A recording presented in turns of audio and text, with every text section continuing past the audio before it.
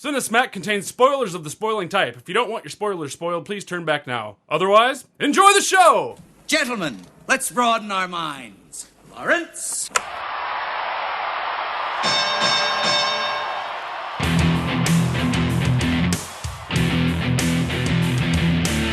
Ladies and gentlemen!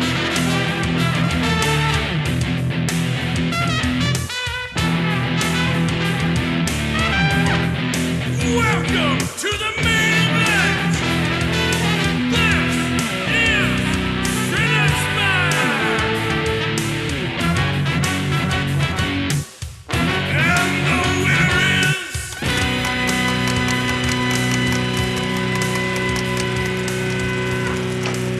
Hello, Smackateers, and welcome to bout number 98 of Cinesmack, a podcast about films by filmmakers. I am your host, Mike Keeler. Joining me tonight is our panel of award-winning judges. First, filmmaker and owner of Cheshire Moon Films, Tom Haggis. I'm in a shitty mood, so this should be fun. Nice. I don't know how you could be in a shitty mood and even not have these movies make you feel better. I was in a really good mood like 10 minutes ago, and then just I don't want to get into it. Let's just let's just get this. It was our fault. Come on, fucking just do the show. Goddammit. Tom, I'm upset because you guys started crapping on a Star Wars movie, Haggis. Second, filmmaker and owner of Arizona Inc. Studios, Andrew Zumwalt. Shazam! That's all I got. Mike, you need to add in like a thunder crack right after that. All right, I will. Yeah. Third, writer, actor, and director, Mr. Kyle Fine. Thundercrack was my porn star name, so thank you. Sounds like a butt thing. It's all about butt. Fourth, filmmaker and owner of One Genome Short Productions, Mr. Gabriel Warwald. Okay, gentlemen, I want you to touch my staff and say my name.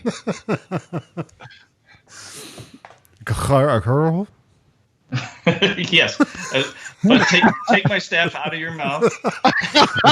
Okay. Let me try it again. Gabriel. Better. Okay, better. You got to put it in the cheek there, Mike. Oh, sorry. All right, let's move past this. All right, let's just poke the monkey, find out what we're talking about. Ladies and gentlemen, faded movie stars and personal letter pen people, welcome to the main event. Tonight, two films starring skybound superheroes go blow for blow in a knockdown, drag-out brawl. In the first corner from 2019, written and directed by Anna Boden and Ryan Fleck.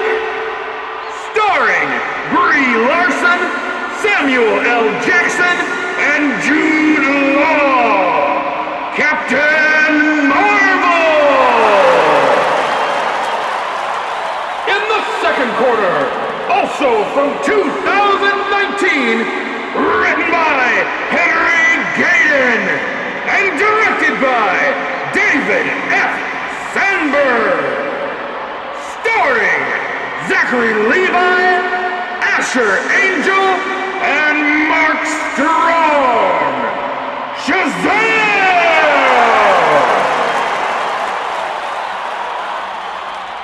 Okay, well, as of this recording, I actually saw Shazam this morning in the theater. I have to say I did enjoy it. I also enjoyed Captain Marvel. I can't wait to hear what you guys have to say about it. So let's go to our first round, which is writing. Well, I think both of these are actually pretty well written. I liked them both. I feel like Captain Marvel was a little bit more nuanced, and the storytelling structure, kind of how it was told out of order, and I felt like it was a little bit more engaging in that respect. I enjoyed Shazam. I thought it had some really good jokes in it. I thought it was very charming and very funny. Although it did kind of every once in a while kind of fall into a little bit of the melodramatic category, a little bit. Not that I didn't fall for it, but it was kind of a little melodramatic at times. And I also felt like the story was a little bit disjointed at times. It wasn't quite. I personally didn't feel like it was as tight and interesting as Captain Marvel. Oh yes, yeah. So I'd be interested in hearing what you guys have to say about it. Anyone? I thought that. I didn't know, actually, going into both of these. I'm not a comic book guy, so I don't really know much about either of the stories or anything like that. Just kind of what we saw in the trailers. But I thought that Shazam's story was pretty straightforward. It's as far as origin stories go. Whereas the origin story for Captain Marvel is a lot more complicated. There's a lot of time jumping, and one of the things I thought Captain Marvel did really, really well was the way that we were confused with, Marvel. I don't know what the hell we were going to call her, but Carol. But we were kind of like embroiled in that confusion about we're not really sure where she came from or what her connection to Earth was. And I thought the people that wrote Captain Marvel did a really great job of telling it in just enough to stay ahead of you and kind of throw you off balance a little bit. And so, and usually when people do that with scripts, it's dangerous. You can really screw a really good story up by trying to get too cute too fast. But I thought Captain Marvel did a really great job with it. And, there's a nice payoff in the third act for everything when it all comes together. Yeah, agreed. Yeah, I felt the same way. That the technique, the storytelling technique, was a little bit more. It was a little bit more nuanced and a little bit more challenging, but not so much that it threw you off as a viewer. It made you want to know more. Like, that's interesting. How did that happen? And maybe for people, I'm with you, Tom. I'm not a comic book guy. I enjoy all of these comic book movies, but I don't come from a history of reading these things and knowing all the details. So I don't know. Maybe if you were really familiar with the Captain Marvel story, maybe that was not a good approach. But for me, someone who wasn't familiar with it, I found it very engaging. Yeah, I would definitely say that for once, I'm actually in the boat of I didn't really know much about these characters either. I actually had to do a little bit of research on both Captain Marvel and Shazam, so I kind of knew what I was getting into. I was familiar with Captain Marvel, not familiar with Shazam at all, actually. And I would say definitely I felt that the writing in Captain Marvel was just right along with kind of all the other Marvel movies. I really enjoyed a lot of the 90s throwbacks. I thought that was a lot of fun. And I had a feeling with the story that I was engaged watching this develop and seeing all of your old, I don't know, like Nick Fury, and Coulson, being able to see them and kind of where they came from and seeing a little bit of that story. And I don't know, it was a fun movie.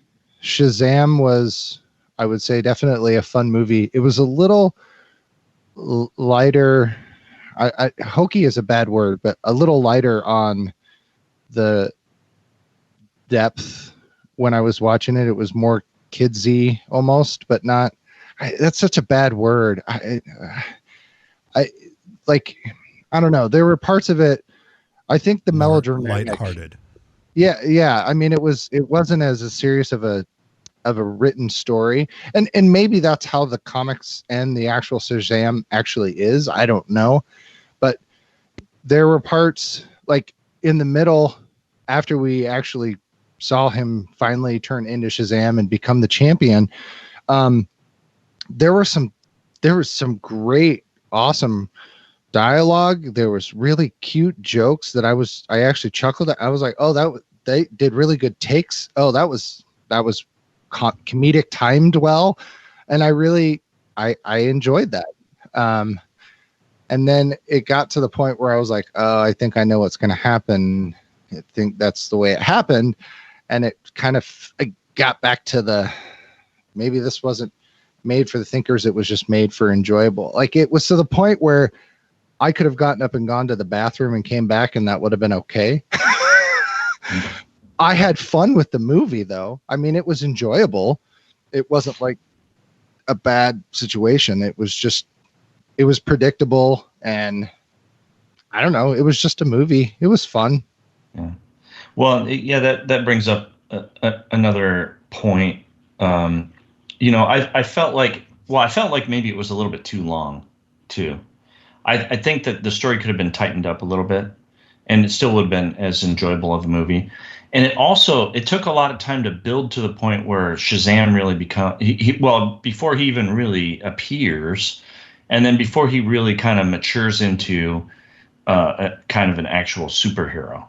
And I felt like, okay, this is taking a long time. There's a lot of setup here. There's a lot of build up. Yeah, and there wasn't a lot of, I guess, deliverance from that. I was expecting maybe a little bit more, maybe. And so I don't know. I guess maybe my connection that I failed with is, like, if I was that kid and I would have been picked to be a superhero, I would have never have been like, you know what, screw everybody. I'm going to do this thing where I'm going to stand on the step and beg for money doing cool tricks. Like, I don't know. I would be one of those people that would actually, I'd go out and try to help people and screw it up royally. Like when he's in the convenience store and he gets shot with bullets and stuff, I was like, oh, this is kind of that awkward greatest American hero, big crossover. This is going to be cute. And then it never really went, it never took that and went anywhere with it.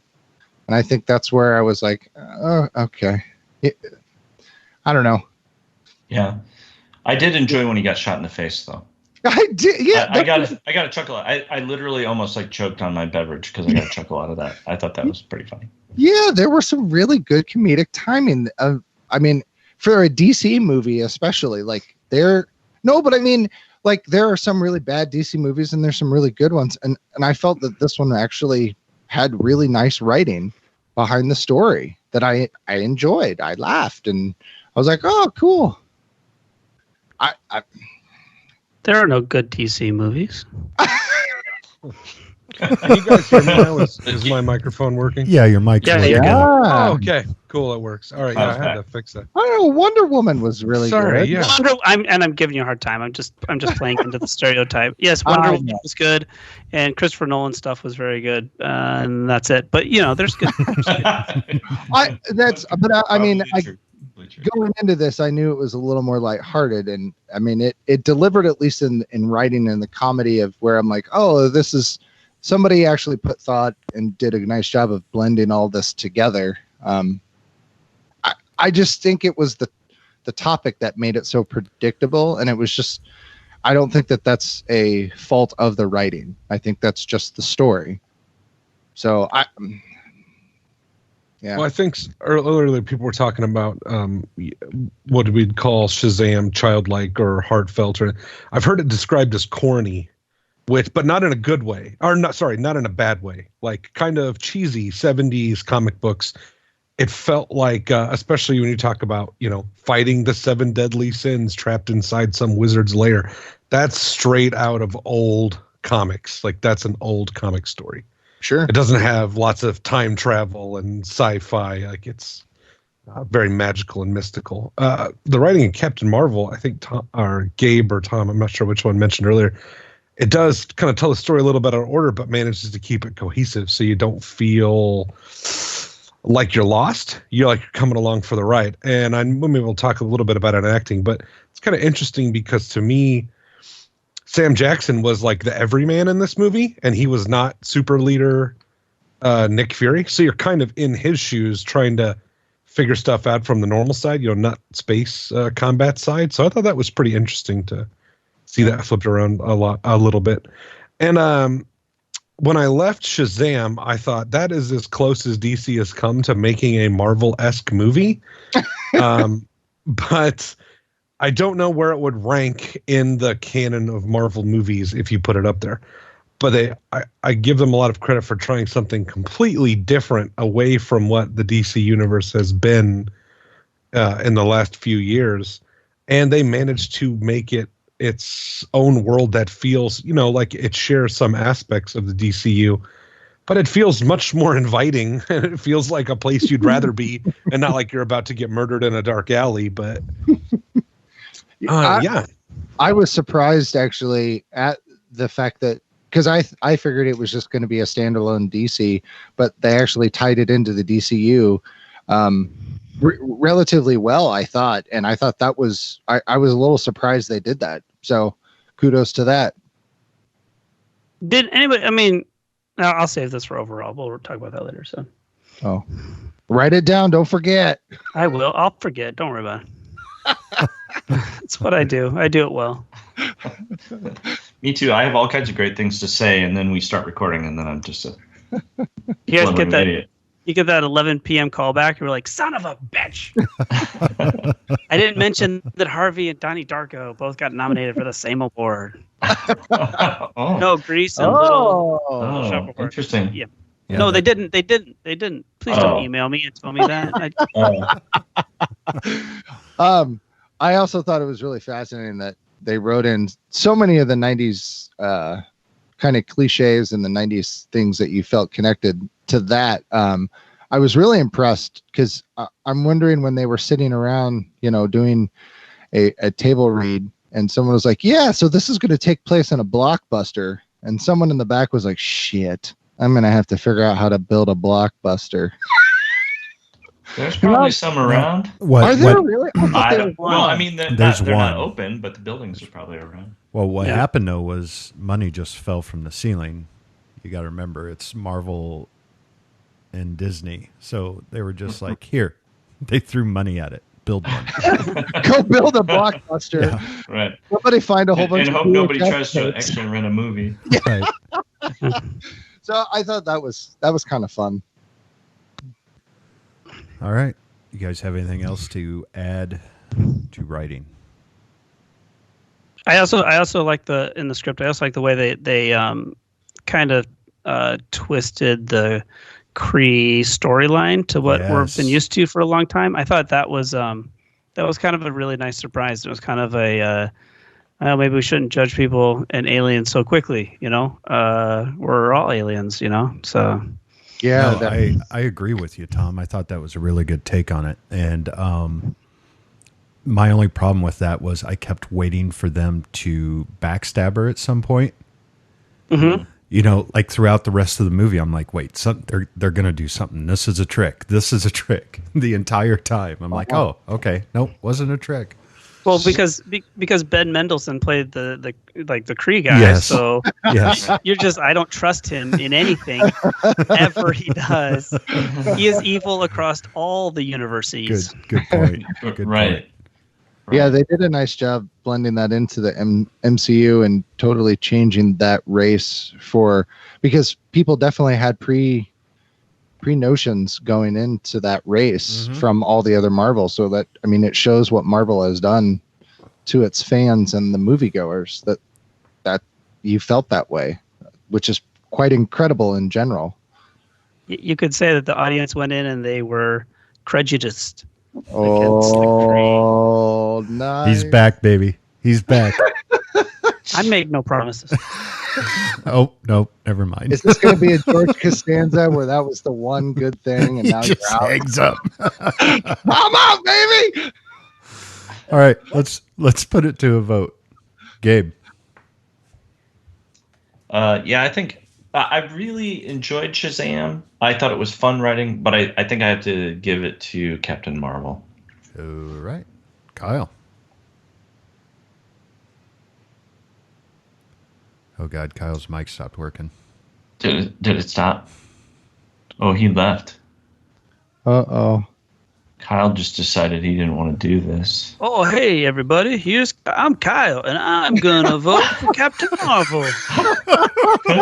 That sounds Good vote, convincing. Kyle. Good vote, Kyle. That was good. Yeah, That's surprising, Kyle. I'm going to mark it down. Okay. Oh. Hey, there he is. Jesus Christ. Kyle, you voted for Captain Marvel. You cool with that? No, I voted for Shazam. No, you didn't. I heard you vote for Captain Marvel. Yeah. I yelled Shazam before I disconnected. All right. So you're voting for Shazam, Kyle. Shazam! All right. Okay, Andrew. Yeah, I'm going for movie depth. I'm going to definitely have to go with Captain Marvel on this one. All right. And Tom. Captain Marvel, because I'm a Marvel bitch, and I'm going to vote everything for Marvel.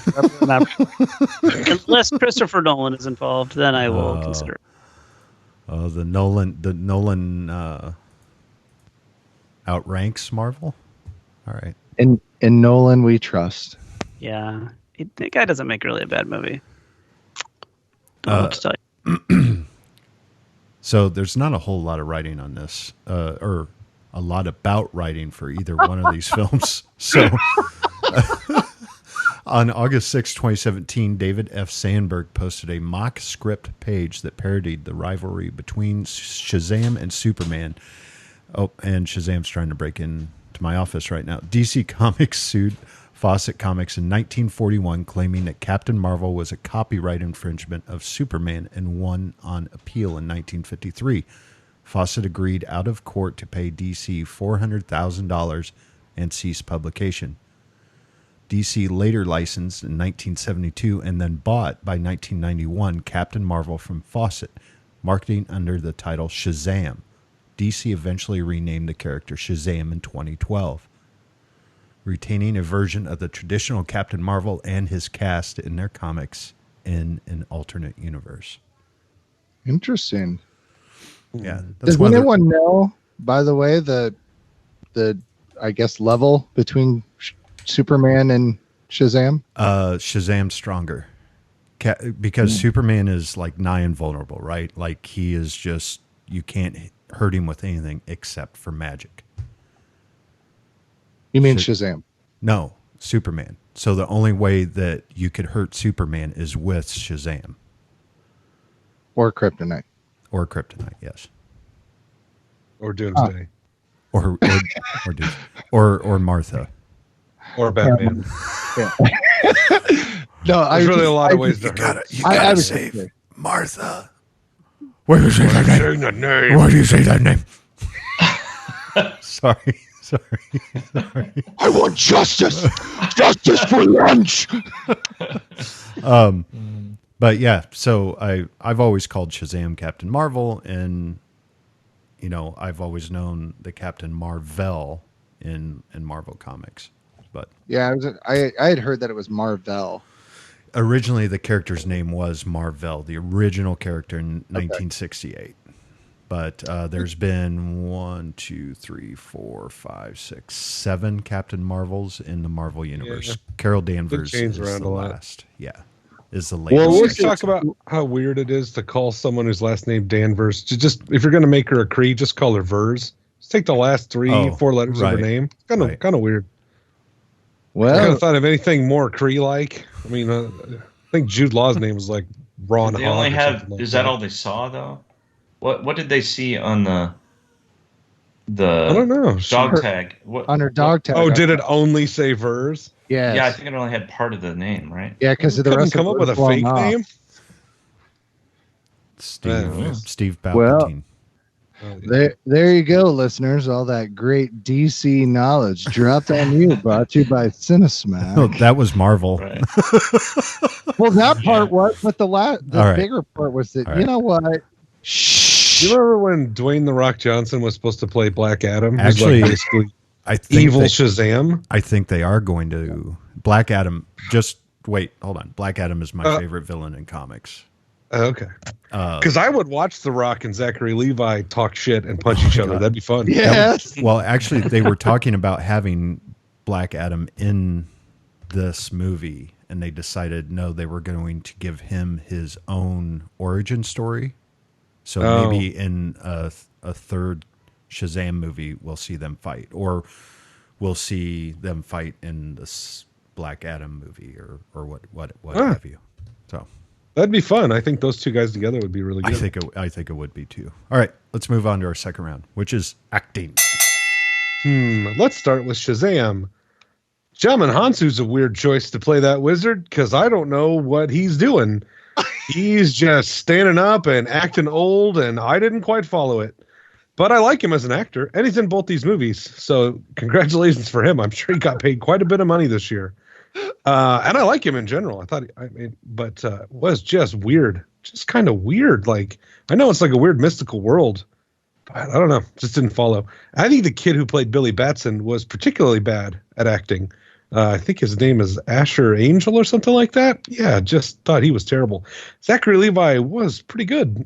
Looks a little bit old. I don't know why. I get this feeling that he's like 60, but he's had a lot of plastic surgery.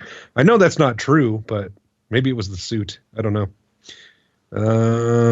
So Mark Strong is the best actor in Shazam, and he does a pretty bad job by Mark Strong levels. I think because he knows, I'm just this dude with a weird demon ball in my eye, and I'm just going to kind of fuck around a bit.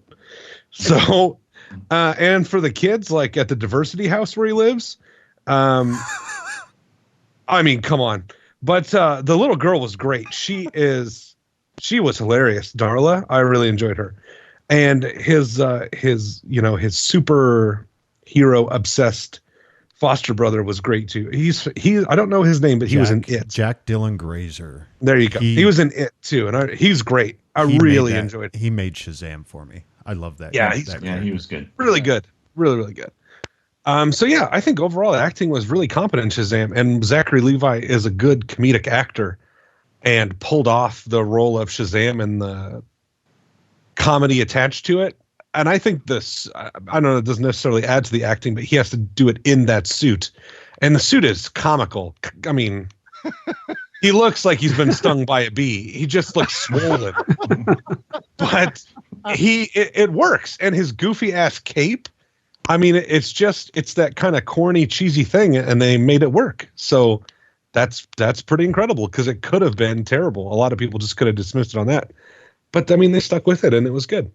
So Captain Marvel, I love Sam Jackson in just about everything, even if his face is digitally magicked 25 years younger. And it was cool to see. Which was pretty awesome, though. It was. It's like I really didn't notice. Yeah, my girlfriend was like, he doesn't look the same. He looks younger. You know, I'm like, yeah, it's crazy, isn't it? Yeah. I mean, it's pretty convincing. When I came out of the movie, I thought, holy shit. I never once stopped and thought, oh, look what they're doing to Sam Jackson's face. I just took it as part of the movie. Like, I didn't think about it. I didn't think about, Sam Jackson doesn't look like that anymore. But they have this tendency in Marvel movies to bring on huge movie stars like Annette Bening and just put them in these very small roles. Like they have Michelle Pfeiffer in Ant-Man and Wasp. Like, it's so crazy how they get these people together and they just bring them into these movies for like what they're there for like half a day. It's just nuts. I thought the acting was up and down. I thought Brie Larson was kind of uneven, and I don't know if that's intentional, but what? Nope. Go. Okay. I don't know if that was intentional or not, but I felt like it just didn't always work from scene to scene. Sometimes she'd be making quippy jokes. Sometimes she'd be looking around confused. I don't know. I couldn't follow all of it. And I think Jude Law was adequate, but I don't know that he was really flexing any of his acting talents in this movie. And I don't think it really called for a lot of that. But overall, I thought they were both pretty well acted. And I didn't notice anything really terrible, except for the kid who played Billy Batson. Because he didn't really, he really didn't do anything. I mean, he was very kind of, I don't know. I guess there was that encounter with his mom and that kind of thing. You know, that was pretty good. But yeah, otherwise he didn't really have much to work with either. I just feel like when you see him in a scene with anybody else, he looks like the weak link. Like that he's the one whose acting is the worst out of the group of those people. And cocky kid. Yeah, I don't know. It just didn't feel right to me. I was like, they're really pushing you as like this young, good-looking star kid, and I just don't think you can act very well. That's just me. Makes me think of who does that make you think of? Other actors who've gone through that. Who do you think of? Robert Pattinson? Maybe, yeah. Who's the one that played young Anakin Skywalker? Jake Lloyd? Oh, that poor kid. Yeah, well, and I was thinking Hayden Christensen. That too. Oh, Hayden that, Christensen. yeah. Or what about? I think of Shia LaBeouf. Yes. You know, where it's like everybody thinks he's like handsome and going to be the next big thing, and he's just really not that good. Well, let's face it, though. I mean, putting a young adult or a child in these huge movies and making them, you know, filling their heads with, oh, you're going to be this huge star, you know, it can mess with them. All right, like I don't know, it's really odd to me. Like I think there's got to be some kind of psychological barriers that are bulldozed over when this kind of stuff happens. And I'm not saying like it's happening to this kid, but I'm just saying, you know, look at Jake Lloyd, look at Hayden Christensen, look at Shia LaBeouf. I mean, Shia LaBeouf goes off the deep end, right? Like he just totally has a nervous breakdown, loses it, and tells you to just do it. Don't let your dreams be dreams. But Shia LaBeouf does have moments where you're like, oh, he's actually pretty good. Yes. Yeah, he can. I mean, he can act. But I'm just saying, it's and I've worked with an actor that was a child actor, and he's only really recognized for stuff that he did as a kid, and it makes it really difficult for him. Like he's trying to branch out and become, you know, a director, producer, and he wants to do all this stuff, but he kept getting pulled into, oh, you're from this thing 12 years ago. I'm sorry, Mike. I'll do better. Thank you, Andrew. I want to point out that Asher is also a Disney kid. He has been on the Disney Channel. He is also on the ongoing Disney show Andy Mack right now. So, not something I catch a lot of. No, not at all. I just, not our demographic, really. The kids watch it, and so I recognize him from that. But I know he's a Disney kid, and I know there's a lot of Disney kids that come out of their Disney thing, and they go into movies or big things, and people expect these amazing things from them, and it's like, oh, they haven't really had real acting experience, though. They've been really on the Disney Channel, which most of those shows are on stage with a camera, and so they pause for the laugh and all that, and it's just it's almost awkward for them. I'm not saying that's for all of them. I'm just right. It's a stereotype, I would say, for Disney actors. Yeah, I felt like the acting in each of these movies kind of suited the tone, if you know what I mean. I felt like for Shazam, you know, the tone was a little more lighthearted, a little bit more goofy, a little bit more fun, and I felt like the acting suited that. I don't know that any performances really stood out in particular in Shazam to me. I really like Mark Strong. I do like him, but it seemed like he was on cruise control. Yeah, a little bit. It just seemed like he was having fun. To me, it just seemed like he was having fun. Yeah, right? Sure. And but I'm not saying that as a criticism, but I just feel like he could just be, you know, miles better. Well, his character motivation is ridiculous. His dad's a dick. He gets transported by a magic 8-ball, and when he comes back, he's like, "You were always a dick to me. I know magic. Fuck all of you." Right. What a stupid I'm gonna throw my brother arc. out a window. Oh my god, it's like completely ridiculous. And all I could think of is his dad is the guy that wants to commercialized Gremlins. Is that who that was? And his dad He's in is Gremlins. He's in Lex Gremlins Luthor's. too. He's Lex Luthor's dad too in Smallville. Oh yeah, Oh, he is. Yeah, and he's That's done right, tons I of forgot. voice work for DC animated films. Yeah, it's crazy. Yeah. Yeah. Yeah, but even so, I felt like the acting kind of fit the tone, and it worked. I think when you put them side by side, there's a contrast there. But when you think about them in their own kind of like, in their own, well, for lack of a better term, in their own universe, it works. It makes sense. Actually, it doesn't make sense in the DC universe. DC tends to be a little darker, but yeah. But God, you've got Samuel Jackson, Brie Larson, Jude Law, Annette Bening. You've got all these really fantastic actors in Captain Marvel, and they're all and they have pretty good material to work with. The characters are well-rounded and nuanced and interesting, and so that they have a lot to work with, and so I feel like you have a hard time competing against that. There's just I don't know, just a lot of talent on the Captain Marvel side.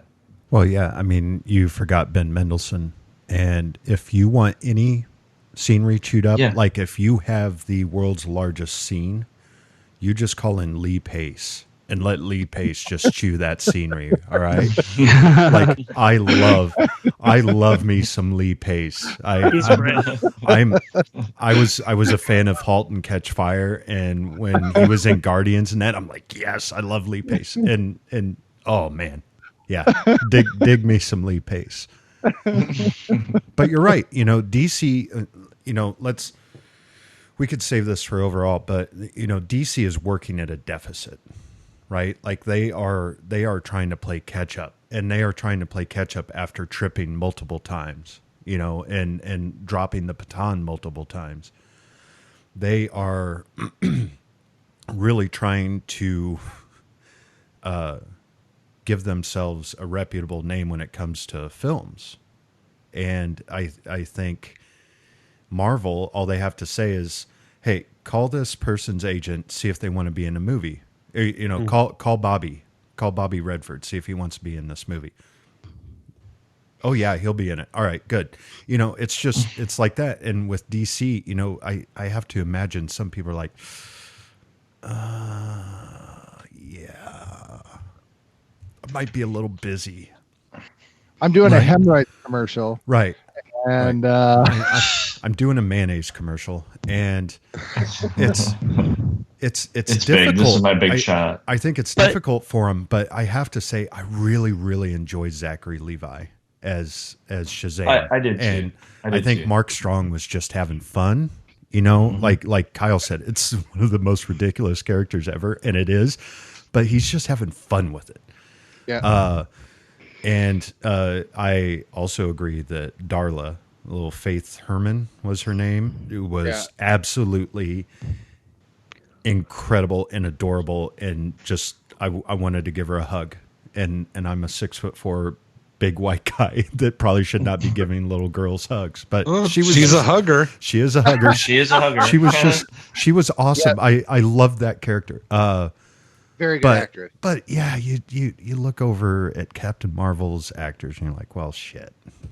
Like how was there anything bad that they did? And I have to honestly say yes. I did not like the direction that Brie Larson took the character. Like, I think it was Kyle. Kyle, didn't you say it just felt off? Like it's just felt really uneven. I don't know what it was, and I don't know if it was intentional or not. Right. But it felt like from scene to scene, her motivations and her actions, the way she approached things just changed a lot. And I just don't know what that was. It just felt off to me. Now, I agree with you, because I've had this conversation with someone else, and I said, I don't want to say it was bad, because maybe it was a choice because she was being taught by the Kree, right? Like she was trying to act more Kree instead of human. I don't know. But well, she's confused a lot too during the. I mean, Yes. she has these memories that come back in and inform a lot of what's going on. So I don't know if maybe I just didn't catch on to the shifts from those. Maybe it was just too sudden and I just didn't follow it. But it just felt up and down, kind of uneven across I agree. the movie. That is like one of my only criticisms about the film and about the acting is just I felt like it was wooden. It was very wooden in places, and I'm trying to give that up to the fact that she was, essentially being trained by the Kree, and she was kind of picking up that, but and losing some of her humanity. But I don't know. It just it rubbed me the wrong way. Now I loved her in Endgame. Now I would say that my comparison with the way Captain Marvel was reminded me a lot of like Buzz Lightyear in Toy Story, the first Toy Story. She had this very weird, I'm part of this big, because when she landed on Earth, it was kind of this, I'm here for a mission, Right. very awkwardness. And then they tried to turn her into, she actually is a loving human and people love her and she's amazing. And I don't know, the shift was, I'm agreeing with you. That was how I took it, was that Buzz Lightyear weird shift. That's an interesting analogy. I didn't think of it that way, but she is a stranger on a strange land, right? It's the She Moses. doesn't know she's been here before. She has the Moses. See, and that's what I attribute the unevenness to, is that she's just constantly just kind of getting hit with new information and just trying, like, she doesn't know her motivation. She doesn't even know what team she's on for half the movie. That's true. Yeah. She doesn't know who to trust. She doesn't know, she feels like she's been here, but yet she hasn't. I mean, I chalk that all up. And Brie Larson is a really great actress, and the other stuff that I've seen her in. So I that's what I chalked it up to, was just her kind of getting into that kind of confused state. So, and maybe it was, and like I said, I really enjoyed her in Endgame, and I loved her in Kong Skull Island, and it's, Oh yeah, I really enjoyed that movie. right, And she's phenomenal Really in enjoyed Skull it. Island. and it just, to me, like, it was just kind of jarring. Like, it kept pulling me out. I'm like, oh, come on, she's just trying to be Kree, and I don't know why it was bothering me. Huh. The only I don't know if this is last comments or not, but the Zachary Levi playing Shazam, him being that goofy, I wasn't 100% sure until I saw him, and then I was like, oh yeah, this really works. Yes, It reminded me a lot of seeing Paul Rudd as Ant-Man, because I wasn't too sure about Paul Rudd doing Ant-Man, and yet it works really well. agreed. They're both this weird, awkward, goofy that just really fit super well. Yeah, and I think it's important that there's a part of me that wanted the Shazam Billy character to kind of become more mature at a certain point, but we have to realize that he's like a 14-year or 15-year-old kid, and so I think Zachary Levi played that pretty well. Oh yeah, that Absolutely. he's a kid, kind of in a Tom Hanks big kind of way. He's a kid in an adult body, and so there's going to be that weird kind of like contrast where it's like, okay, well, he looks like a big, strong adult human, but he's really just a kid. right. And Go ahead. yeah, and I was just going to say that's what I think. I think he played that well, and that really kind of worked for that character. Yeah, and that again, that middle part where they were trying out his superpowers, it had that very much a Greatest American Hero kind of feel, where he's trying to fly, and it's like, which arm? Wait, is it this arm? No, both arm. Which? Do the Superman? No, it's and then he flies, and he's like not straight, and he's kind of just jarring all over, and I'm like, oh my god, it was that I felt was really funny and fit him being this adult that's actually a kid. Like that big Greatest American Hero crossover mesh kind of thing is really, I kept thinking that the whole time I'm watching this. I'm like, where's Zoltan? Or Zoltar, the Zoltar machine.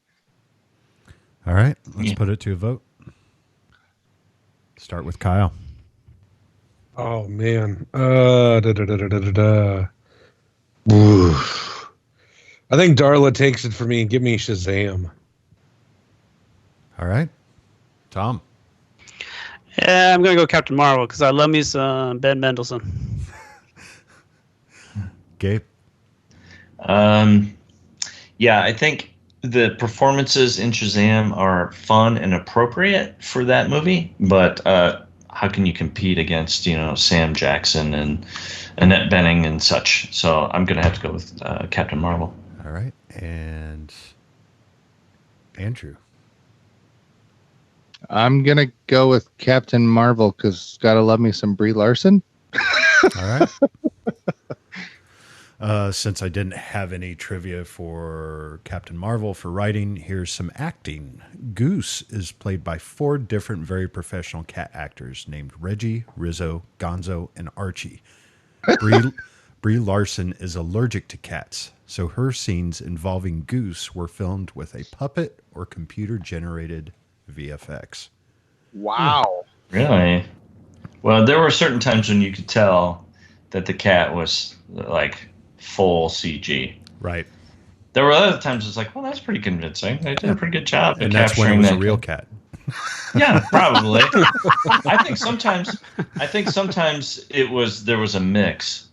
Like at the end in the very, very end scene, post-credits scene. Oh. Yeah. Where That's a real cat. That's a real cat throwing up a Tesseract. Yeah. Oh. They actually stuffed it how in did its they mouth. do that? They put radioactive metal inside that cat, and then they made it sick.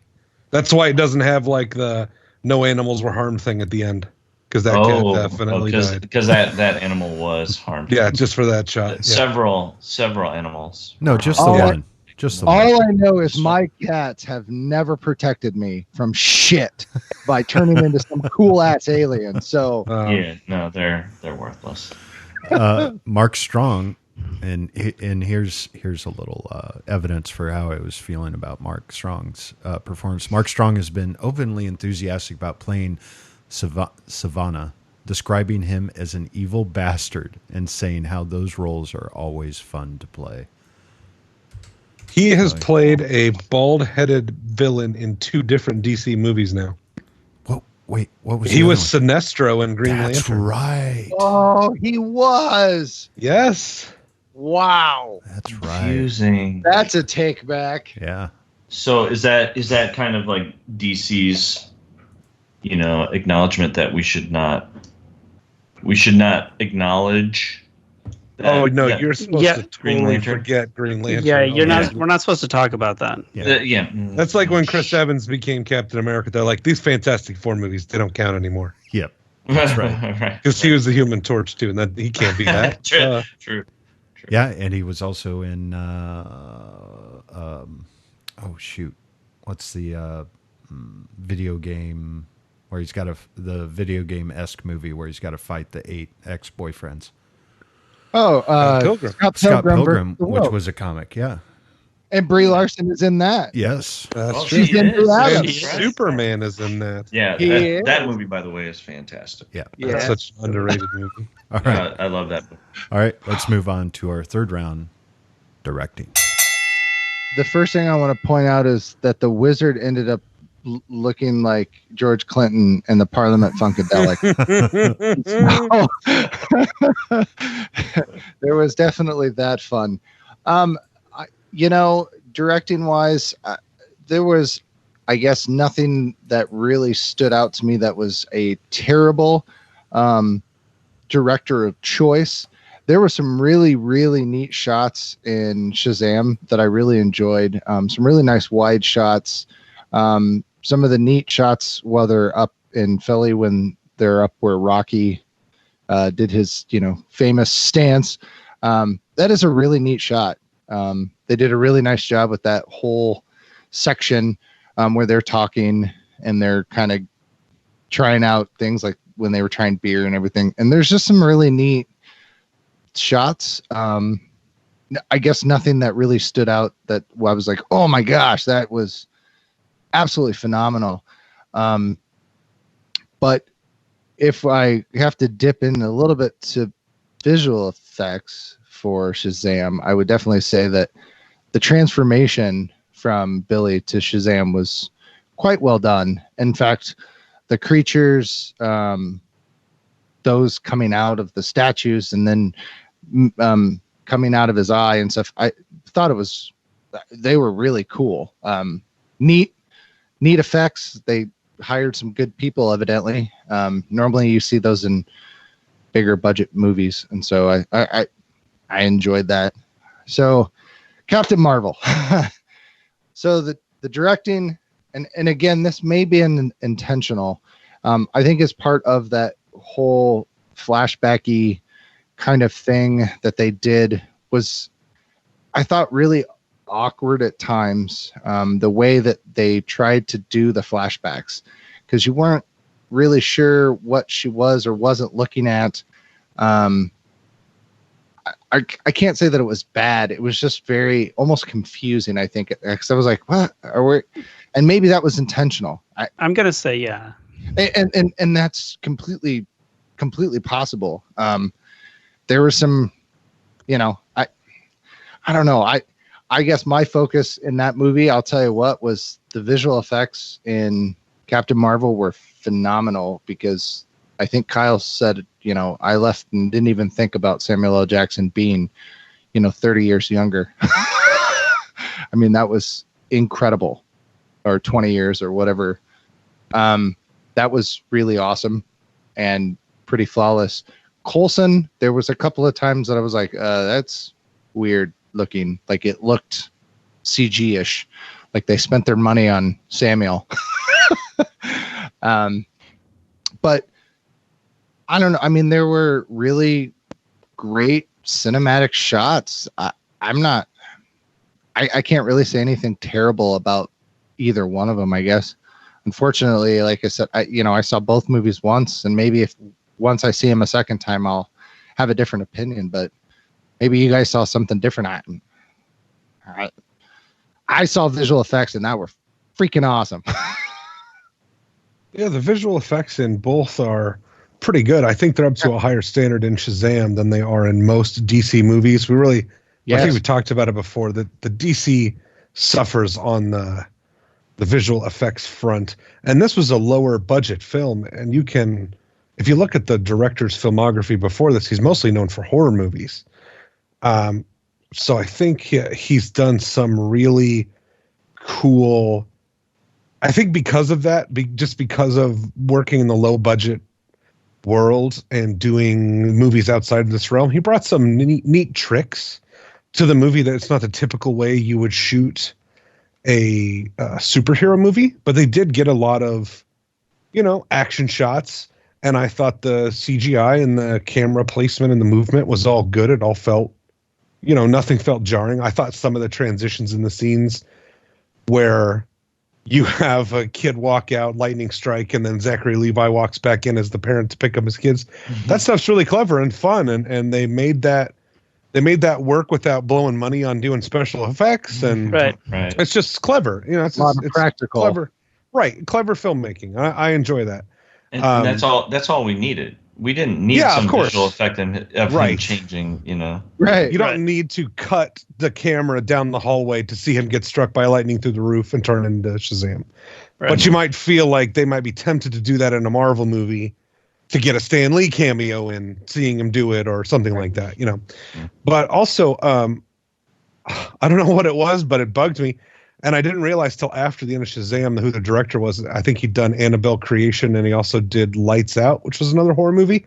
There are like three or four jump scares in Shazam where like people slam into the window or a door shuts really fast. And I was like, Jesus Christ. Like they like scared me. I was like, why are there jump scares in this comedy superhero movie? Well, now I get it. The director is a fan, a horror director. Captain Marvel, I don't want to talk down about the directing because I think it's good, but it felt to me like, and maybe it's just because I've seen it too much now. It's the same slick, really well done Marvel style. It felt like exactly the same. Did you just criticize a movie for being well done? Yes, I did. Oh my god, I can't handle how well done. I it is. criticized this movie for being another goddamn 8 on a scale of 1 to 10. I'm so tired of these 8 movies. I don't know what it is. It had some rough edges. Jesus Christ. It's just all the Marvel movies, right? They all, I don't know. They feel the same. I'm not trying to knock on it. It just feels similar. It's the same kind of slick production style, and it works. I mean, they've got it down to a science. They do it almost perfectly every movie. It's like Marvel shoots with Red Epics and DC shoots with Panasonic, tapes. I guess the difference to me between the movies was a little more of the creativity, freedom, indie kind of feel of Shazam versus the really slick produced Captain Marvel. But the cinematic shots, the VFX shots, the space shots, all of that in Captain Marvel, it just shows how much further ahead Marvel is in all these visual effects games than like everybody else, because it just looks so good compared to most other movies you see that try these things. And I don't know why they have such a lead in this area. Maybe it's just money, but man, if you're a visual, and also, I mean, if you're a visual effects artist and someone says, do you want to work on a Marvel movie or do you want to work on this Shazam DC movie? Yeah. I mean, most people would, again, it's sort of the acting kind of thing. People are like, I'd rather work on a visual effects movie for Marvel because it's going to be awesome. Well, and Marvel's built that reputation. I mean, they didn't, it goes back to Iron Man 1, and it just, they took the time and they did it right. And, we hear about reshoots and scripts getting rewritten, and there's a reason for that, because they want to get it right. There's too much money at stake not to, which I've never understood why DC doesn't get it. Like, how do you do a first cut of a movie and go, we need to put this out? The problem is, it seems to me like Marvel has this direction, right? They're firing on all cylinders. They were heading towards the end of the Infinity Stone saga, right? And they know exactly where they're going. They know they have one guy steering the ship that is the mastermind of all this. Then over at DC, you have people coming and going. You have executives saying, hurry up. Let's rush Justice League out. Let's hurry up and push this out. And that's what was showing. You're watching Justice League and oh, look, it's another giant gray villain that is poorly done. And it felt incomplete. Where Shazam, there is that indie feel to it, and I agree with you, with Kyle on that, but it felt polished, right? Like every shot felt like, hey, take your time, do this right, not this needs to be done by Friday and it's Wednesday night. Right. But it's great too, because they did not let the movie sprawl.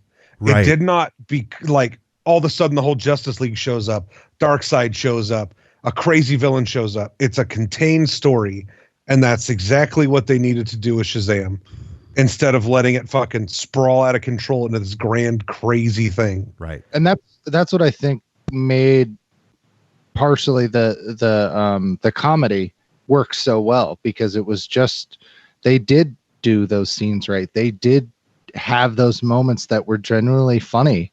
Like, we've all mentioned parts of those where we laughed out loud, and I mean, they did that well, which I was really shocked, but it was humorous. It had good, fun parts. Laugh out loud was when, after they get done drinking all the Dr. Pepper and he has to run in and use the bathroom. Yeah.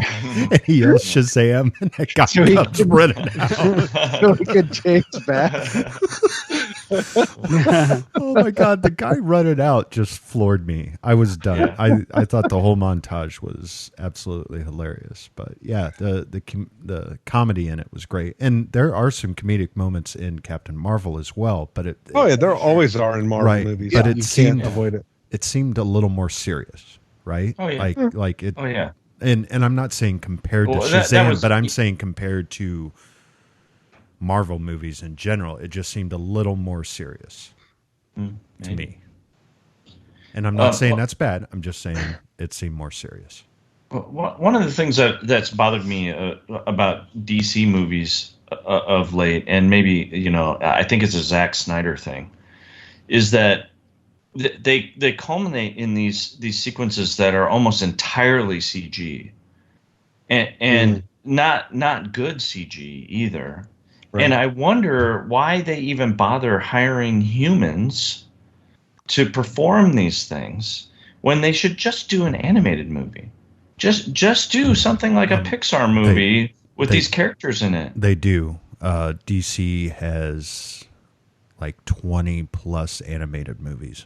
Well, and maybe that's where they should be if that's where they want to go with it. Because to me, and I think Captain Marvel was on the verge of getting there, where certain portions of it were so CG heavy. It's just like, okay, you're losing the human element of this. And I think Shazam saves itself in that it doesn't go too far with the CG stuff. I mean, there's obvious need for it, where they have, the 7 deadly sins, and they have these, exotic, strange, disturbing creatures, and they're flying through the city and that kind of thing. But I never felt like it quite reached the level of something like Justice League or even Wonder Woman.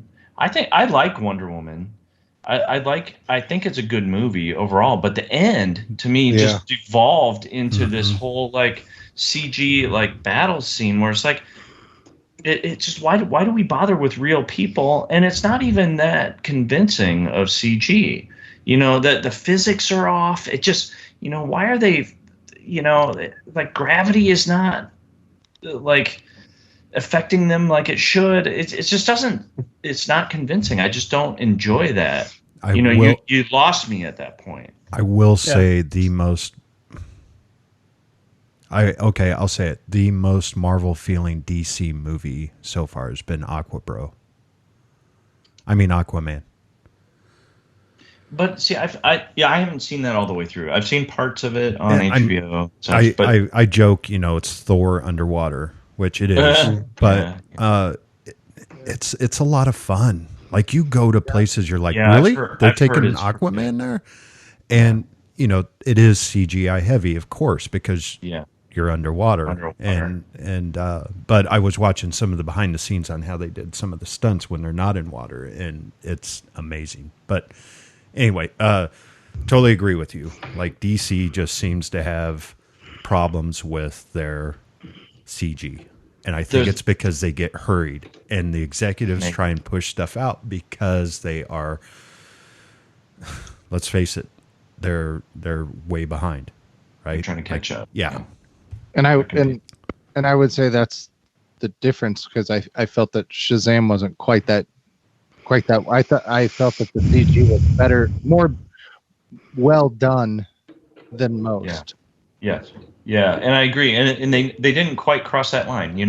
They got up close to it at times, but they never crossed that line where it was too much, because you always felt like there was something that was grounding that CG in reality. There was a real person there, or there was a real set there. Yeah. And they added stuff to it, that they use CG for what it should be used for, and to enhance, the scene and that kind of thing.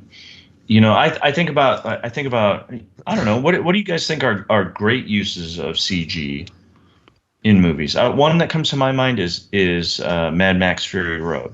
Yeah.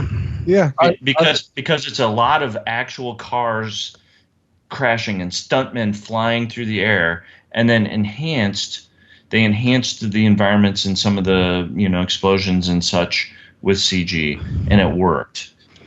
I would say the best movies with CG in them are the ones you don't know they're CG. Yeah, exactly. Absolutely. Yeah. And that's one where it's like, oh, I didn't know that part was CG. But I didn't know they were filming in this desert and they added all those rocks. We are talking about the wrong genre if we're wanting to discuss, light CG. True. Okay, but let me. But even in an example with Captain Marvel, though, the quality of effect that was done with Samuel L. Jackson, even 5 years ago, that would have been really hokey. They have really honed their skill to where most people didn't really even think about the fact that Samuel L. Jackson is not, 20. Yeah. I mean, he looked absolutely like they pulled him from Pulp Fiction and threw him into this movie somehow.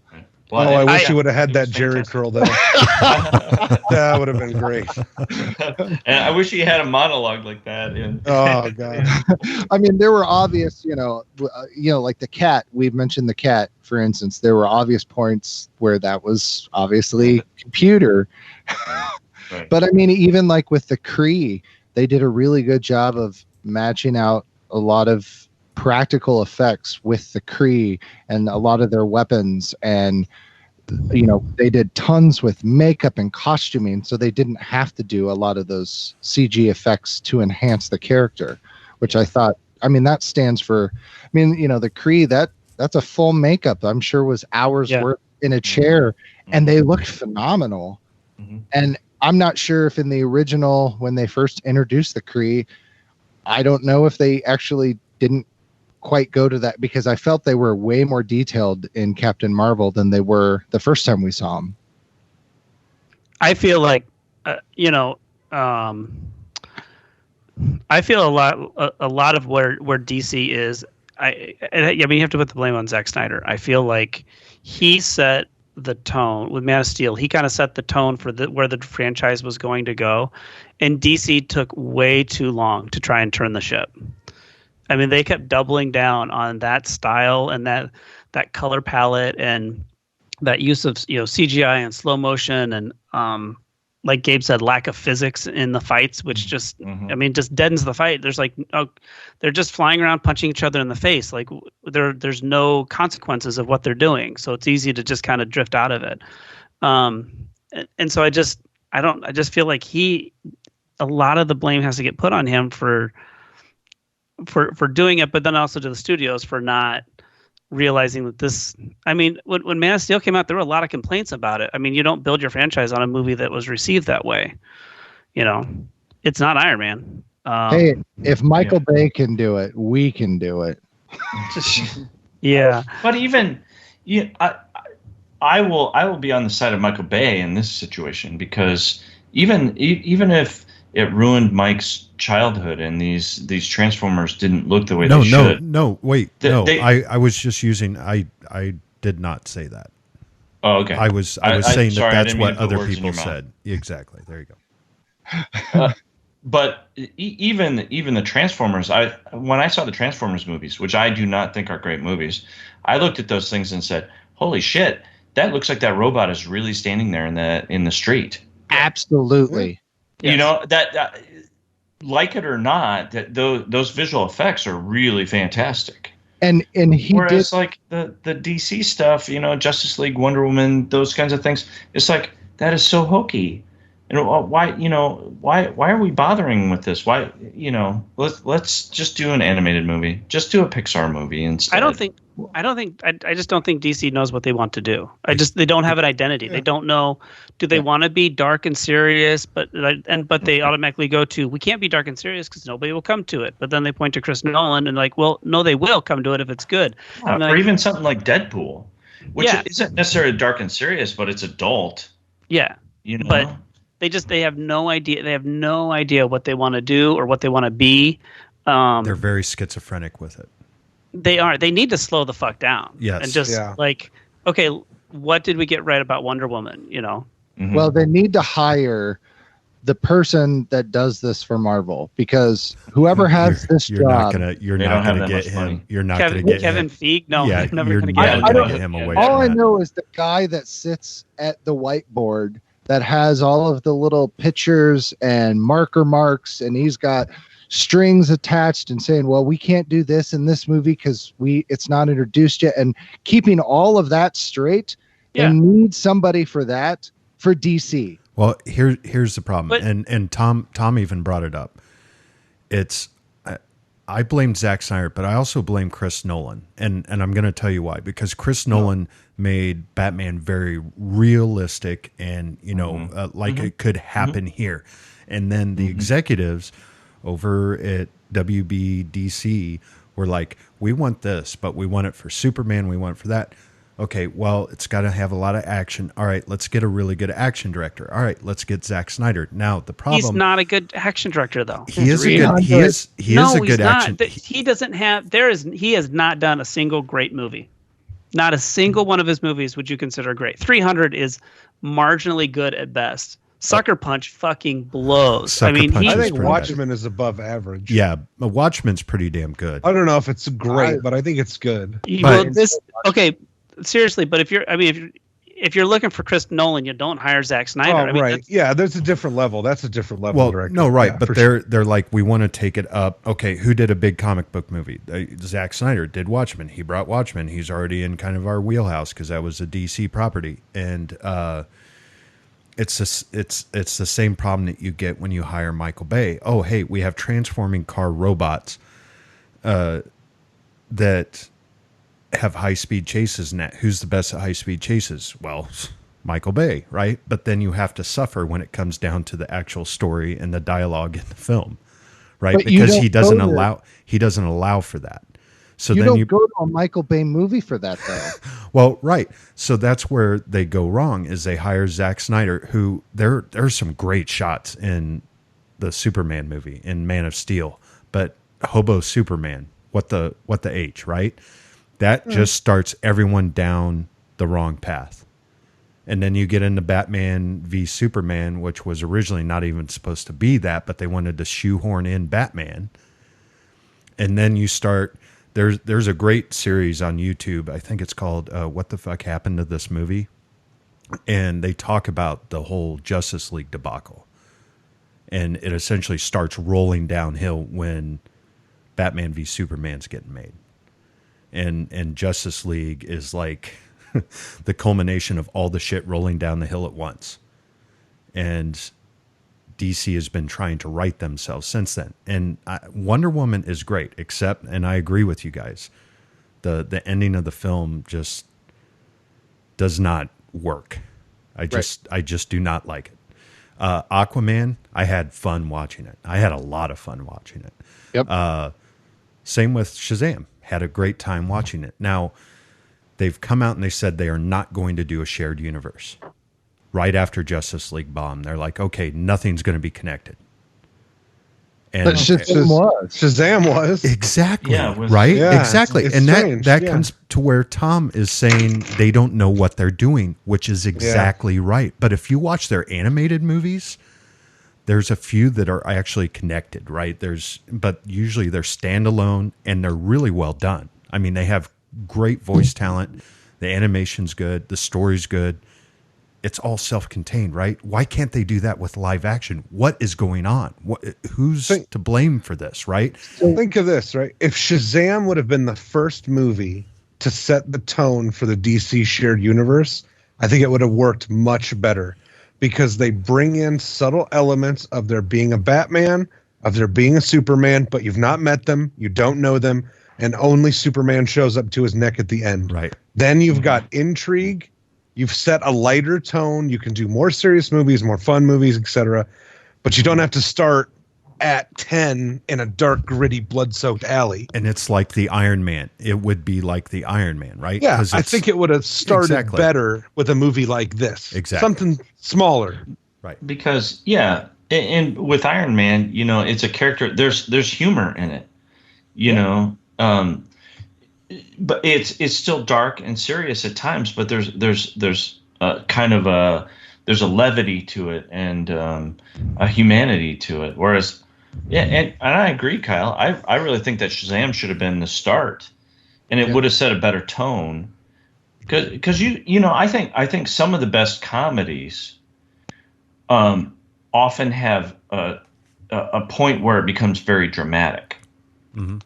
Yeah, and you could do that with these movies. You could make Batman and Superman and Wonder Woman a little more lighthearted, but have these dramatic moments where it's like, okay, well, this is serious. I really need to do this. I really need to be a superhero now. I need to be above, normal human action, but you can still have that kind of levity to it. Can we just vote on directing and then just continue the conversation? Yes, we can. Yeah, because we're way off topic. We are way off topic. All right, let's go ahead and put it to a vote. Andrew.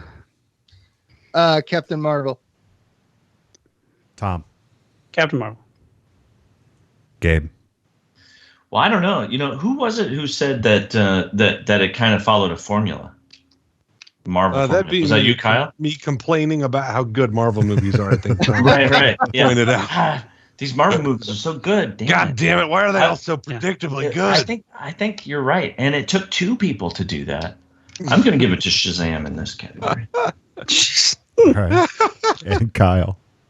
I'm going to give it to Shazam just because I like the creativity and the more the kind of the indie feel. But Captain Marvel is a really well directed movie. Yeah, and it's not that we're saying either film is crap, right? Neither. Just both of them are very good. All right, let's. Trivia. I have trivia. Sam Raimi had expressed interest in directing Shazam at one point. Oh, Jesus. I would like to have seen that. That would have been awesome. I would like fucking Bruce Campbell would have been in it. That's right. That's right, baby. I'm okay with and there would have been the quick cut shadow scenes too, and they would have been awesome. That's right. What's your name? Thundercrack? That's stupid. You're Shazam. Captain Marvel marked the second directing pair in the Marvel Cinematic Universe after the Russo brothers. This time, Ryan Fleck and Anna Boden. Boden was also the first female director for a Marvel movie. There you go. They both they co-directed Sugar together. I don't know that movie. Cool. So, all right, let's go on to our fourth final round, where we will continue our arguing over DC and Marvel. Gabe, you can keep going if you want.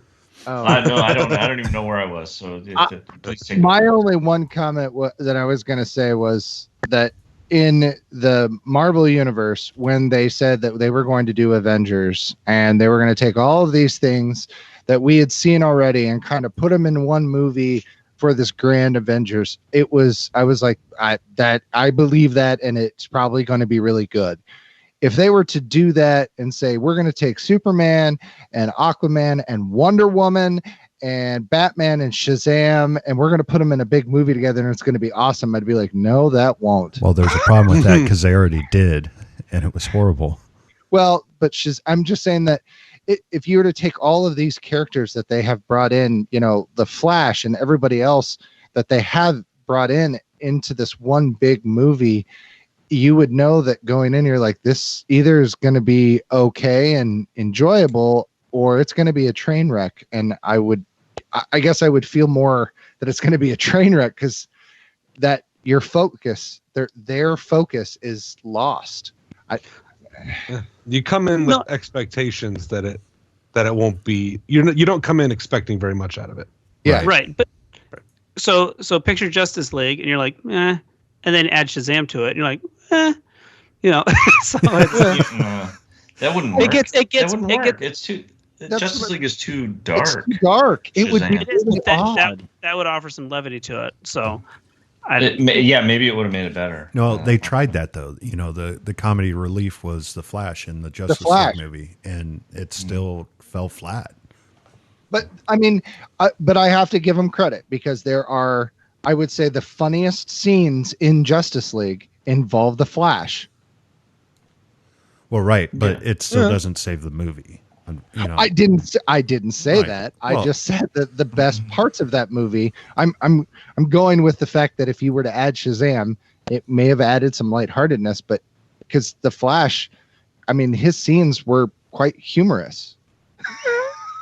That feels almost like adding a Spider-Man to the Avengers, right? You need someone who has quips and jokes to offset kind of the gritty seriousness of what's happening. But they already kind of had that, the whole watch your language, deal between Cap and Iron Man. And I mean, they were able to put in those little quips, like even though it's For sure. No, they didn't Right. need help from Spider-Man. It just made it better, honestly, in my opinion, to have him around. That just shows how much better writing and how much they have a better team that is really focused on where they want these movies to be for the fans and for the non-fans.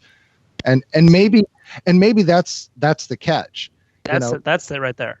yeah. At DC, if you're not a fan, maybe these movies are great and you enjoy them extensively. And if you're a DC fan, you're just like, these are terrible or they're great. I'm not as big of a DC fan. My growing up was Superman and a little bit, of course, the famous 1989 Tim Burton's Batman with Beetlejuice Vulture. and Jack Nicholson. And that was I'm Christopher Reeve. I'm those are my DC experiences, not where we are now. Right. I think that the problem, the bigger problem that DC has is paying lip service to their fans while giving the general public a reason to go see these movies. And Marvel somehow figured that out. And I think starting with Iron Man was a really good idea because he wasn't, he's not as big as Superman. So by starting with Man of Steel, they kind of set themselves up for a bit of a failure because all they're going to do is compare it to Christopher Reeve and, the 70s and 80s Superman, because that's what a lot of people grew up on. Iron Man was kind of a safe way to start, Supergirl was terrible in the 80s. Yeah, she was. But I agree with you. They shouldn't have started with Batman or Superman. Right? Yeah, but they want that. They like we have to double down on what we know. But it's like first of all, they got to stop being Marvel. They got to be their own. Because they look ridiculous and they just look like they're trying to play catch up. Get their own identity and get your storylines in order. Find some smaller heroes to rally around. Make the movies fun. Or dark. If you want to go dark and serious, then embrace dark and serious. But you can't keep hopping back and forth like this. People don't know what to expect when you say we're going to go see a DC movie. Right now, it could be anything. It could be good and bad or serious, funny. Who fucking knows anymore? Yeah. But people when a know movie when they go costs to you, a Marvel movie, if you're a fan or not, you go to a Marvel movie, you're going to have a good time. Yeah, if a movie costs you $20 to see and you don't know what the fuck you're walking into, whether it's going to be a bleak nightmare or an overly funny, confused mess, people don't want to take that chance. But you pay $20 to see any Marvel movie because even if it's not your favorite character, you're going to laugh. It's going to look cool. It's going to have really great comedy. It's going to have mid-credit and end-credit scenes that set up interesting, fun things. Like they've got this formula down to a T. And I was just thinking, we were talking about this, and when they said with Endgame, right, this cycle of Marvel movies has come to an end. Is there anything in cinematic history that's ever been this big? What is it, 22 movies or something like that?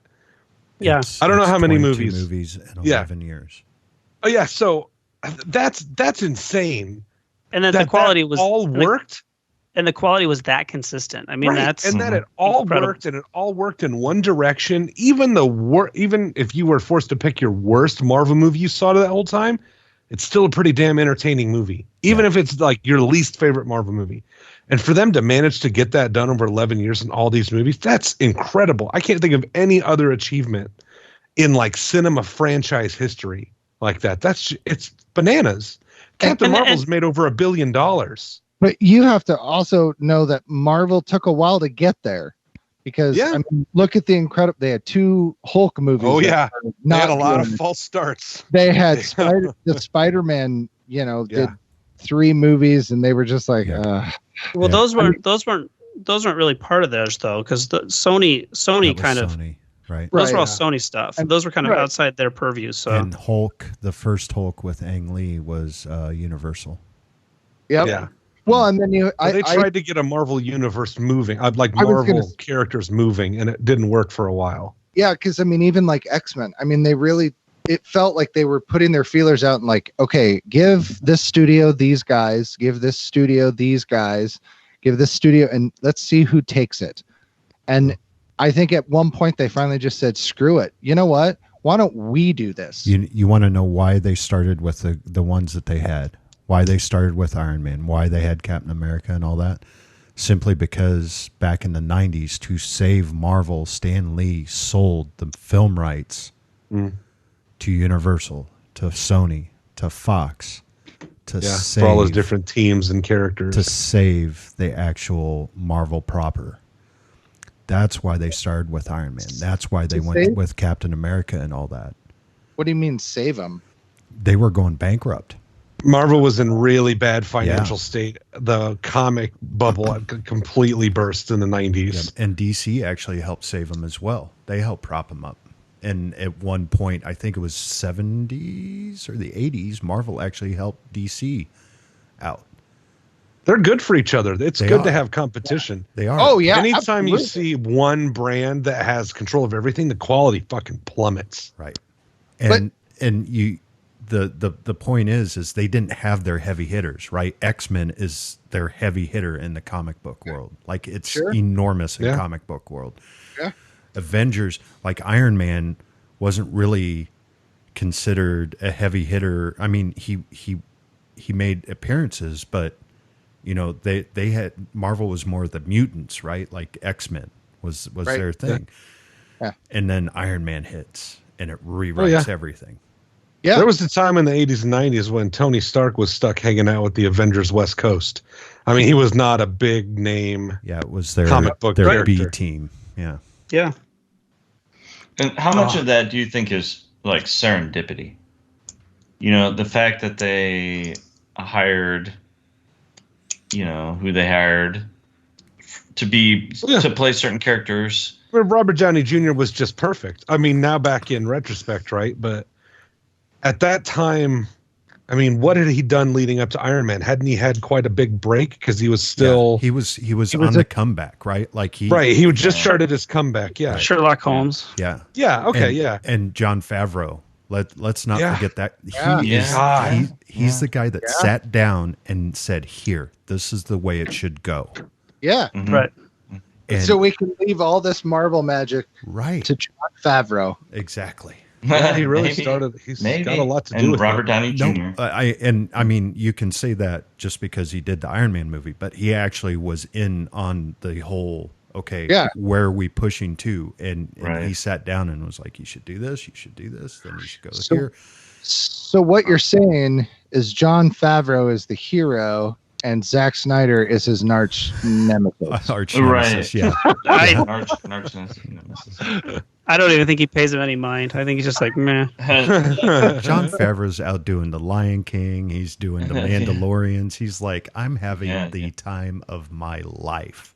Right. Yeah, right? Sure. Like, he doesn't care. But, all right. But, I mean, also think about, like, DC, like, what iconic characters they have. They're huge, right? But yeah, I mean, Batman and Superman, come on. Here's the problem. Here's the problem, though, is we've seen so much of Batman. I do not care for Batman. Like, he's the Wolverine of DC for me. I don't care for Wolverine. Wolverine was in everything, right?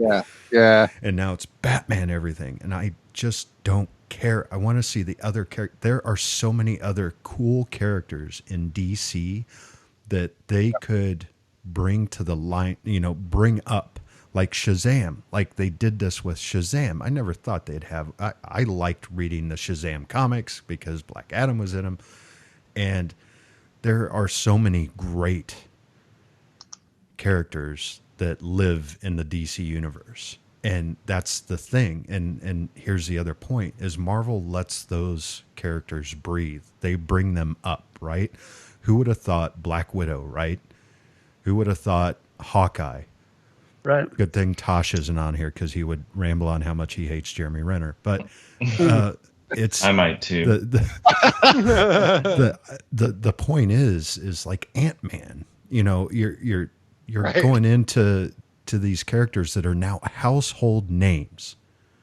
Right, because Iron Man, I would say, comparatively, when Iron Man came out, Superman or Iron Man, and people would probably relate more to Superman at the time. It would be infinitely more popular. Well, right, because that's what I mean. That's what I mean. But that's what I mean. They took Iron Man, which people are like, maybe I've heard of him, but I haven't most people probably hadn't read anything or really followed him, but people would be like, "Oh yeah, Superman." I at least know Christopher Reeve, or maybe the Superman Returns terrible thing, but people at least know who Superman or who Batman was.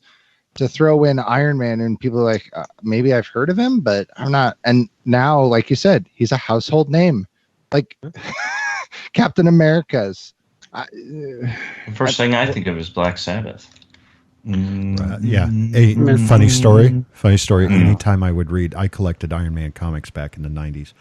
And anytime I would go and pick up my stack of Iron Man comics, I would go home and I would listen to Black Sabbath while reading them. Nice.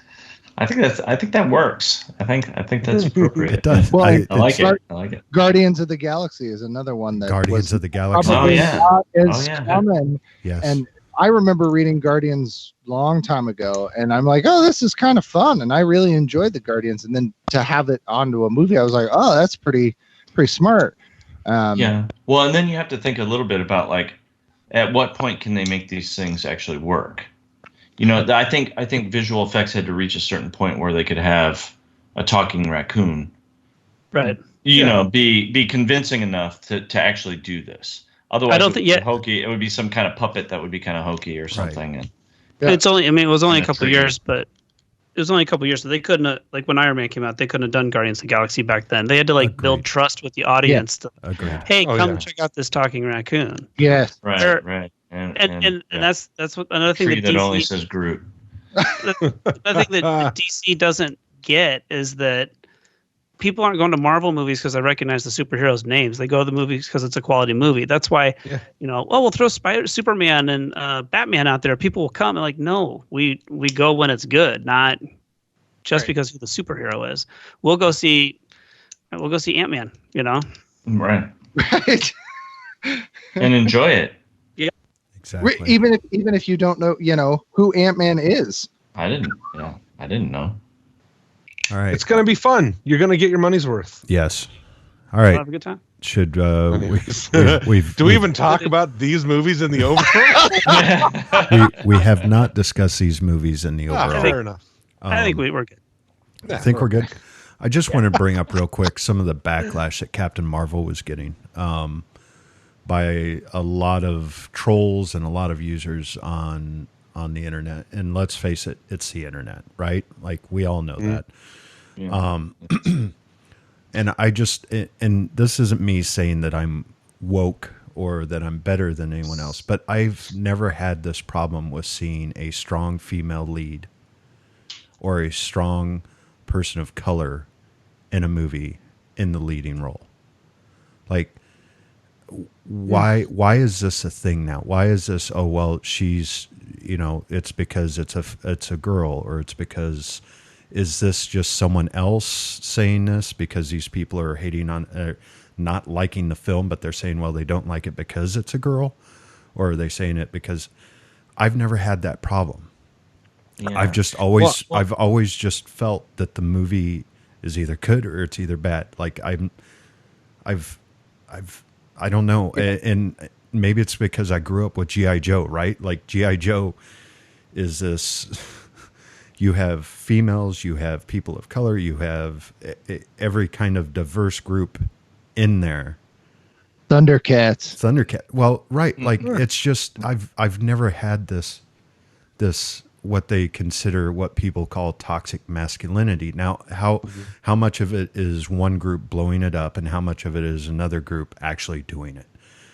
And I do have a problem with some of the stuff that Marvel did with going in with Rotten Tomatoes and wiping out some reviews. And I agree with doing some of that, but some of those reviews were actual reviews. I don't think it's right, but I also don't think it's right to crap on a movie if you haven't seen it. And probably a good majority of those film or reviews, they hadn't seen it. It's just like the new Ghostbusters, the all-female cast Ghostbusters. I haven't seen it. I don't care to see it. I don't want to see it because I didn't ask for it and I don't care to watch it. It's not because it's an all-female cast. It's just I don't care. Right? Like, I have my old Ghostbusters. I don't care to see this new one. I'm not going to say anything good, or I'm not going to say anything bad. I'm just going to say, if you want to watch it, watch it. It's not a sexuality thing. And I guess that's my problem with people that said that about Captain Marvel, considering Wonder Woman was so big, like in the 70s and 80s with Linda Carter. Right. And I mean, people follow, I mean, she was considered what you would say a household name. It was Linda Carter. Right. You know, there are other, and now granted she wasn't Marvel, but I don't really understand where that hatred or that naiveness maybe comes from, because it's not like Captain Marvel's like, oh, this is your first strong female character. Well, no, that's not even, I mean, even look at Black Widow. I mean, they want to do a Black Widow movie. Yeah. And I'm surprised they haven't done one, to be quite honest with you, but they've talked about it at multiple points. I don't know what the status of it is. It's actually going to be in phase 4. Okay. Spider-Man Homecoming is Far From Home. Far From Home is the last in phase 3. Then it goes to phase 4. But I wanted to talk about this because, let's face it, all 4 of us are what are considered the problem. We're all middle-aged white guys, right? Damn it. And you're clear. You're clear, Gabe. I'm a middle-aged whitest of them all. Right. I'm a Viking, so I'm like the whitest of all y'all. But I don't know. I wanted to bring this up to you guys. Comparison, and I wanted to bring this up to you guys simply because it does bother me. Like there's big deals made about, you know, a woman is taking the lead in this movie, or a person of color, or is taking a lead in this movie, or it shouldn't be. They should just be, that's a great actor. That's a great actress. That's a good director. Character. It's a great movie. That's a good. Should be merit. That's based. a good Doesn't writer. matter. Right. Who's in the lead should be based on the merit of the work, exactly, the performance, all of that. I hope this doesn't come off wrong, but I didn't understand the big hype with Black Panther. Like, I enjoyed Black Panther. I thought it was well done. I enjoyed a lot of the cultural stuff in it. It was really cool, but there were times, and also, you know, after the movie was out, it was like it was thrown in your face that this is a black movie. And it's like, yeah but that's not. Well, you have people who feel like about. their culture isn't equally represented in these films. You know, these huge, massive franchise billion-dollar films. People feel like they're not seeing representations of themselves or their cultures in these movies. Correct. So when you do get those, people are very excited about it. Some people take that a little too far and make it almost a weapon to like attack people with, like, you haven't done this. This is long overdue. Now you deal with it. Like, and I think that's just the nature of the internet. I think 90% of people do not feel that way. A very small vocal percentage do. A lot of people who just like to rile people up, and honestly, maybe even paid or organized trolls, fuel these controversies to the where in the zeitgeist we think it's a huge deal because it has been blown up and got media attention. When in reality, there's a very small number of people who actually have very strong opinions about these things, one way or the other. Okay, but yes, Captain Marvel. There's a lot of talk about how she's a lesbian and her best friend and her are actually should be together and everything. And I'm like, what? Yeah. That's why? Inconsequential. Who cares? I mean, who cares? That's totally not written into the movie. I didn't get any sense of that in the movie. Yeah, but if that is the reality of the movie, that doesn't matter to me. It doesn't have, right. And that's, I don't know why people want to push for progress. And I think that that's good in a general sense, but a lot of people will twist and reshape narratives to fit that. To like, they had a thing where when Han Solo came out, they did an interview where they asked, whoa, Han Solo's gay? Oh, no. When did he come out? Who was it? When he lost that game, when he Jesus. There was an article about someone asked Irving Kershner's son, "Hey, do you think Lando Calrissian could be pansexual?" And he's like, "Sure, I guess so." And like the internet was like, "Lando Calrissian is a pansexual, broad spectrum alien, fucking man, woman, robot, loves it all, inclusion, great." And then another part of the internet went, "Boo, boycott this movie for progressive values." What the fuck? He said, "Yeah, I guess." Yeah. He didn't say, "Yeah." What does he fucking know? He's Irving Kershner's son. And if you live in space, guess what? You probably fuck aliens. So just like get over it. It's a non-controversy. Who cares? I know it doesn't matter at all, but Like it Guardians becomes of the a story. Galaxy, it was very obvious that he is with aliens. Star-Lord Yes, is with multi-species. I know. It's so weird how And- these things become stories and they get traction and they get out there and they're in the public consciousness and they're like non-issues.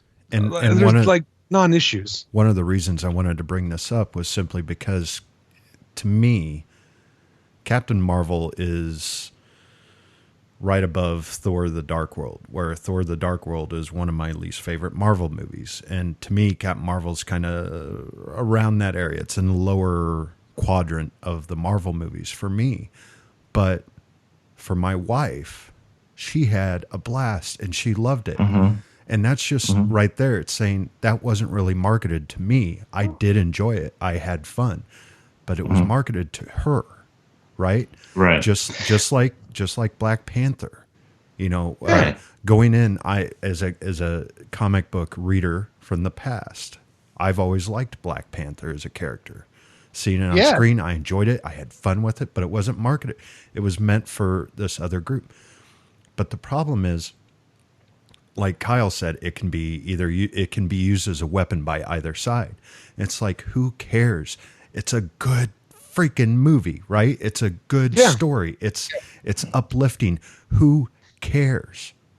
You do not have to be part of the targeted demographic to really enjoy a movie. Exactly. I'm not the target demographic for Amelie, but I love that movie. Oh, that's great. Like, you know, like there are lots of movies you can enjoy on many different levels and many different reasons, whether it's you know, you feel it's you seeing your culture represented or your sexuality represented. If those things happen for you, that's great. And I'm sure it's amazing to people who feel underrepresented.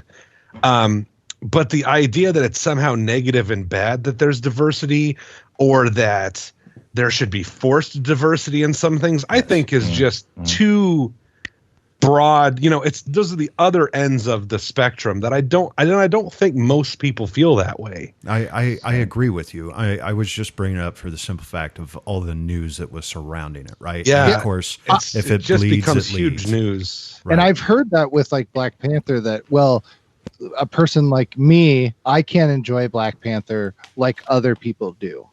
And I think that's really unfair. Yeah. Maybe you don't take some things out of it. You know, maybe there are parts of it that don't necessarily feel very personally relatable to you, Right.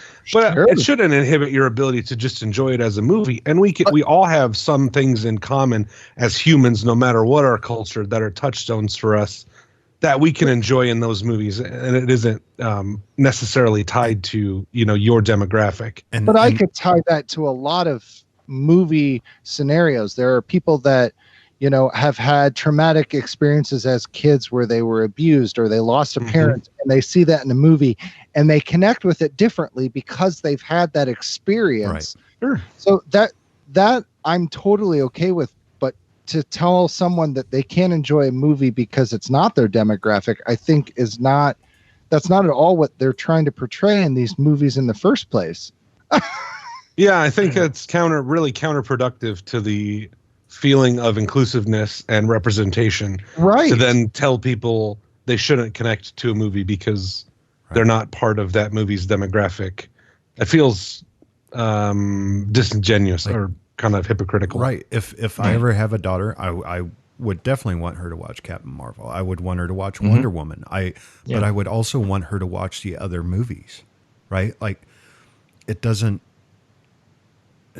I'm not just going to show her those movies. I want her to see others. And just like with Liam, I'm going to show him all those movies. I'm going to show him Wonder Woman. I'm going to show him Captain Marvel. I'm going to show him Ant-Man.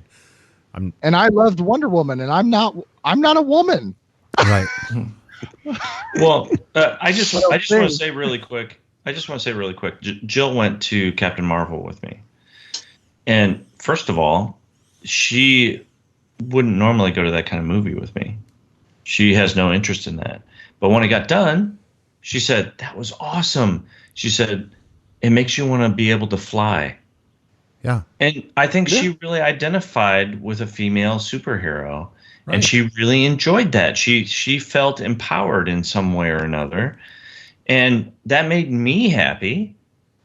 And it made, it's like, make more of those, because then she'll go to those movies with me. Because I went to Shazam all by my damn self. Oh, so did I.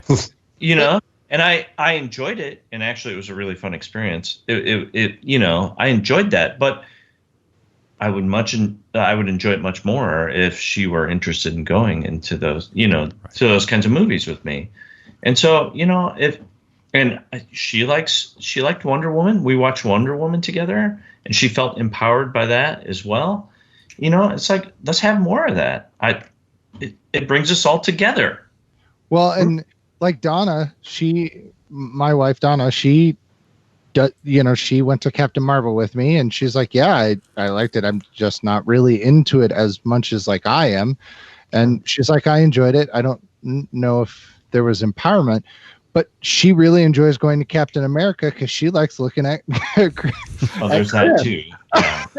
That is. I can take Jill to any Mark Wahlberg action film ever. Good or bad, she'll go to those. There's that too. I'm lucky though. Go ahead. I'm sorry. Go ahead, Gabe. No, I was just going to say I do feel like those kinds of things kind of like, they bridge a gap. Right. Yes. And I think it's important. I'm lucky where we are the world of movies. Right. Mm-hmm. Well, I'm lucky because my better half enjoys action movies. Like, she likes to go to them. She likes the mindlessness of just sitting down and eating popcorn and having fun. And she's seen every single Marvel movie with me, and she loves them, whether it's a male lead or a female lead or a black lead or a white lead or a green lead or whatever. But watching her walk out wearing her Captain Marvel shirt, like she made a special Captain Marvel shirt to go see the movie, it just felt good. She made it? Yeah. She had, nice. Well, I'm wearing a shirt right now. Well, there's some of you that haven't seen, so I'm just going to tell you half of it. It says, "I have the body of a god." Well, Thor, and I'm just going to leave it at that. The people that have, nice, they'll know that.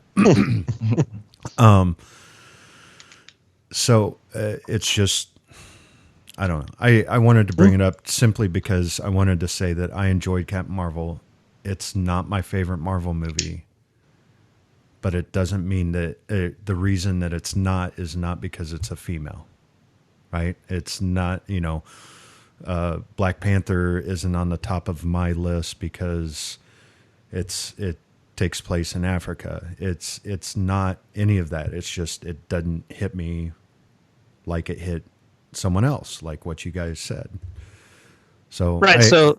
So I guess then. So look at it the other way then. So imagine that there's this huge universe that everybody wants to go see and everybody's talking about it. And instead of connecting with 20 of the movies, minus Black Panther and Captain Marvel, you only connect with one. Right. No, I've thought about that too. Think about it. From the other side, we're very lucky that we have these movies, but I can't imagine what it would be like to, look at this great thing and be like, I wish I could be a part of that. So, okay, but you also have to.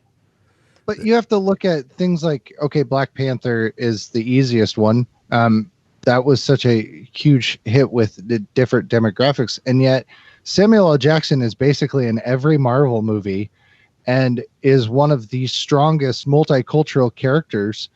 And I would consider him part of the Avengers. He is part. He started it.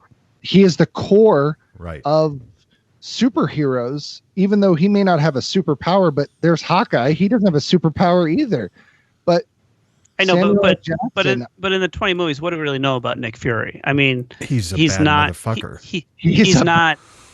He's not really representative of your typical Black American teenager. Whereas Agreed. Black Panther did a really good job of part of the African American experience, growing up, Black in America. I mean Nick Fury is Black, yes, but I mean, what is it aside from that? You know a lot more about the white characters. They're the bigger focus of those movies. Yeah, I get what you're saying. Sure. But here's the thing. One of my favorite channels on YouTube is Comics Explained. And this guy loves comics. Like, he just loves comics. And he is a person of color, and he loves comics. He sees himself in the comics no matter who it is. And that's my point. Like, and like Tom said, I have to put myself in those other shoes, because I've thought a lot about this, especially when the whole Captain Marvel thing was blowing up and it was all over the internet. I really did try thinking about this, and it's like, I don't have a problem with it. I don't have a problem if someone really enjoys this movie or really enjoys that movie. If they have a character that's in it that means something to them, then let them do it. I've seen one Harry Potter movie. I'm not going to crap all over the Harry Potter movies to someone that loves Harry Potter, right? Like, I love Transformers. I get a lot of shit because it's Michael Bay, but that's fine. I can take it. I'm bringing it up because I don't see the issue. And I know it's the internet. Well, I think Kyle said it the best, that we're out of this 11 years with 22 different movies. Marvel has not only spawned positive and negative controversy, but they have brought together multicultural, multi-sex, and all these other things that, again, I don't know if any other movie franchise has ever done.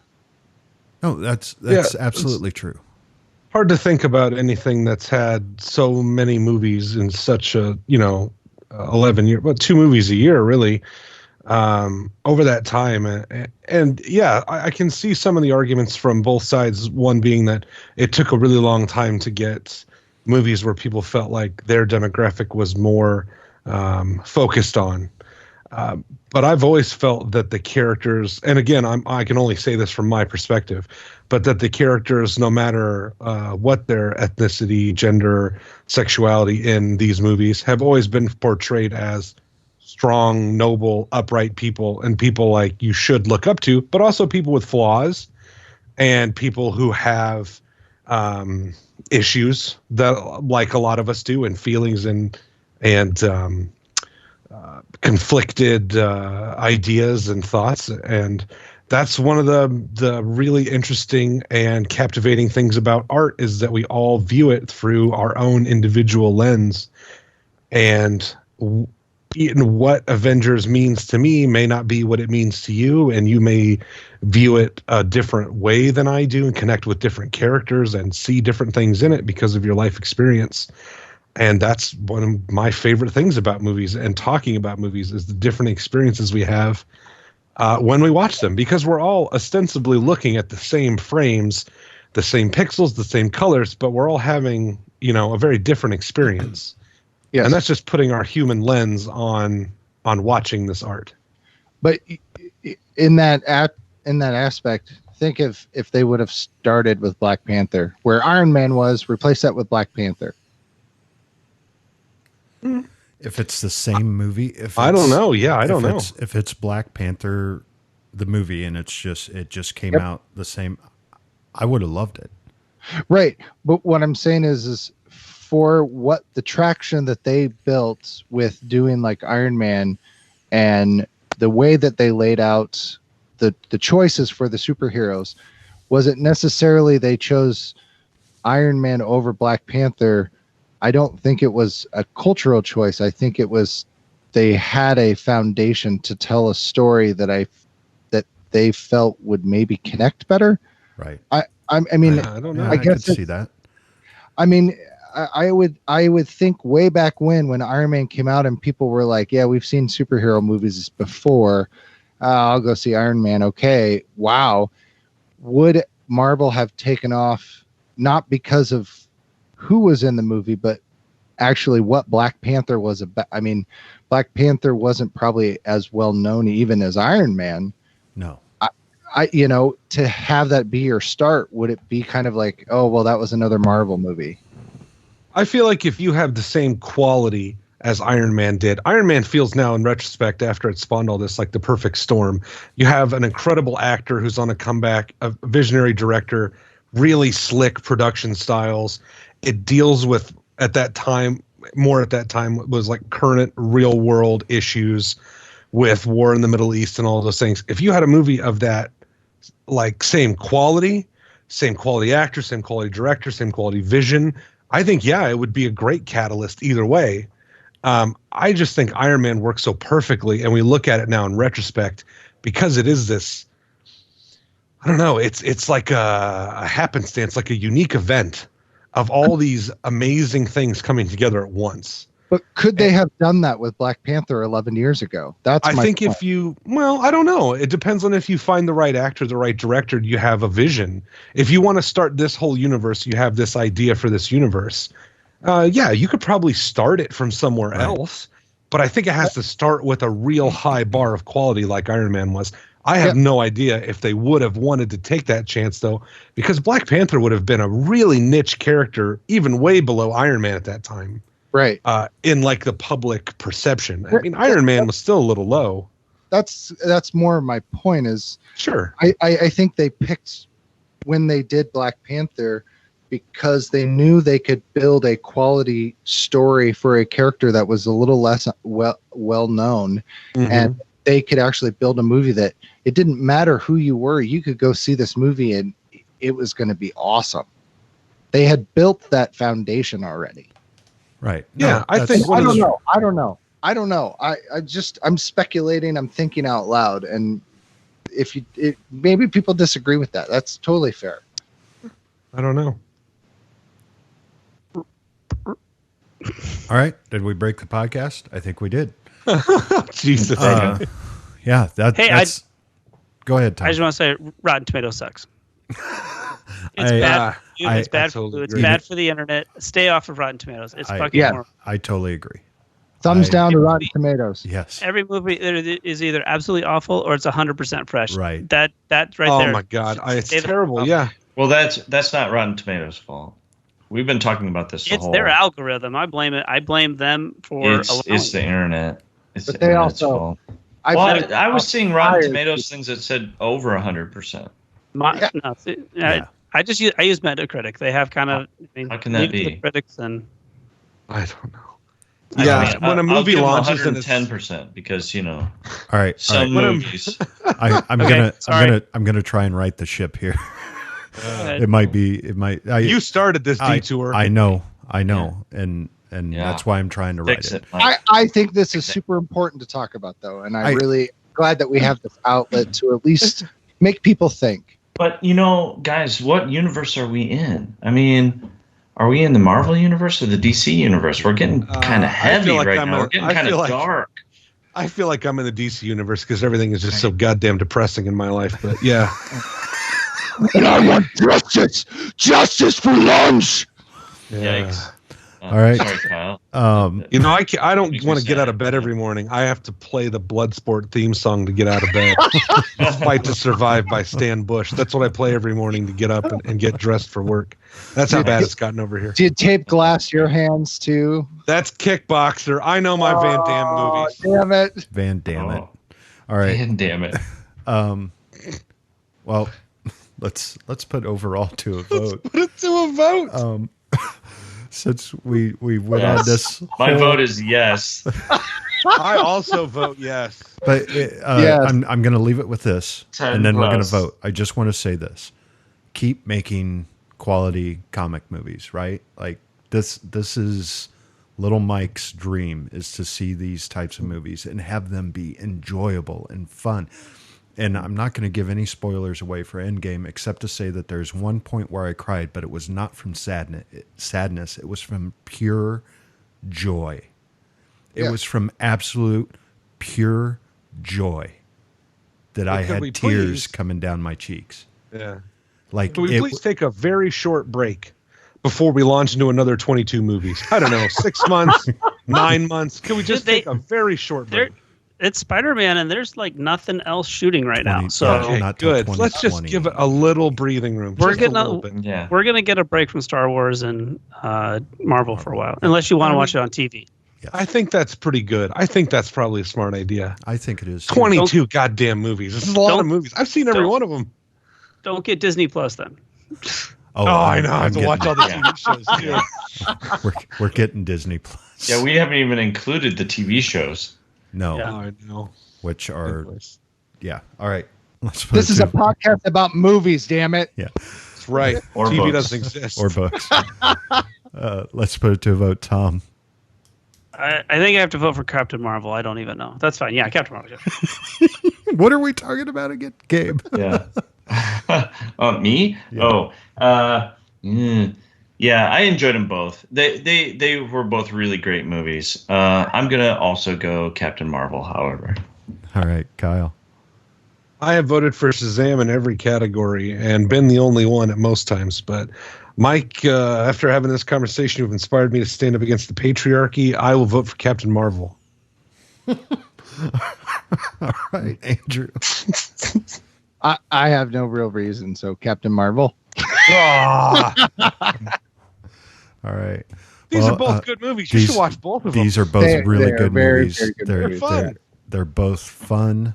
Shazam, I did have a blast at. Captain Marvel was really good. I'll never forget looking over at Amanda's face and seeing the fun she was having. So that's what it meant to me. All right.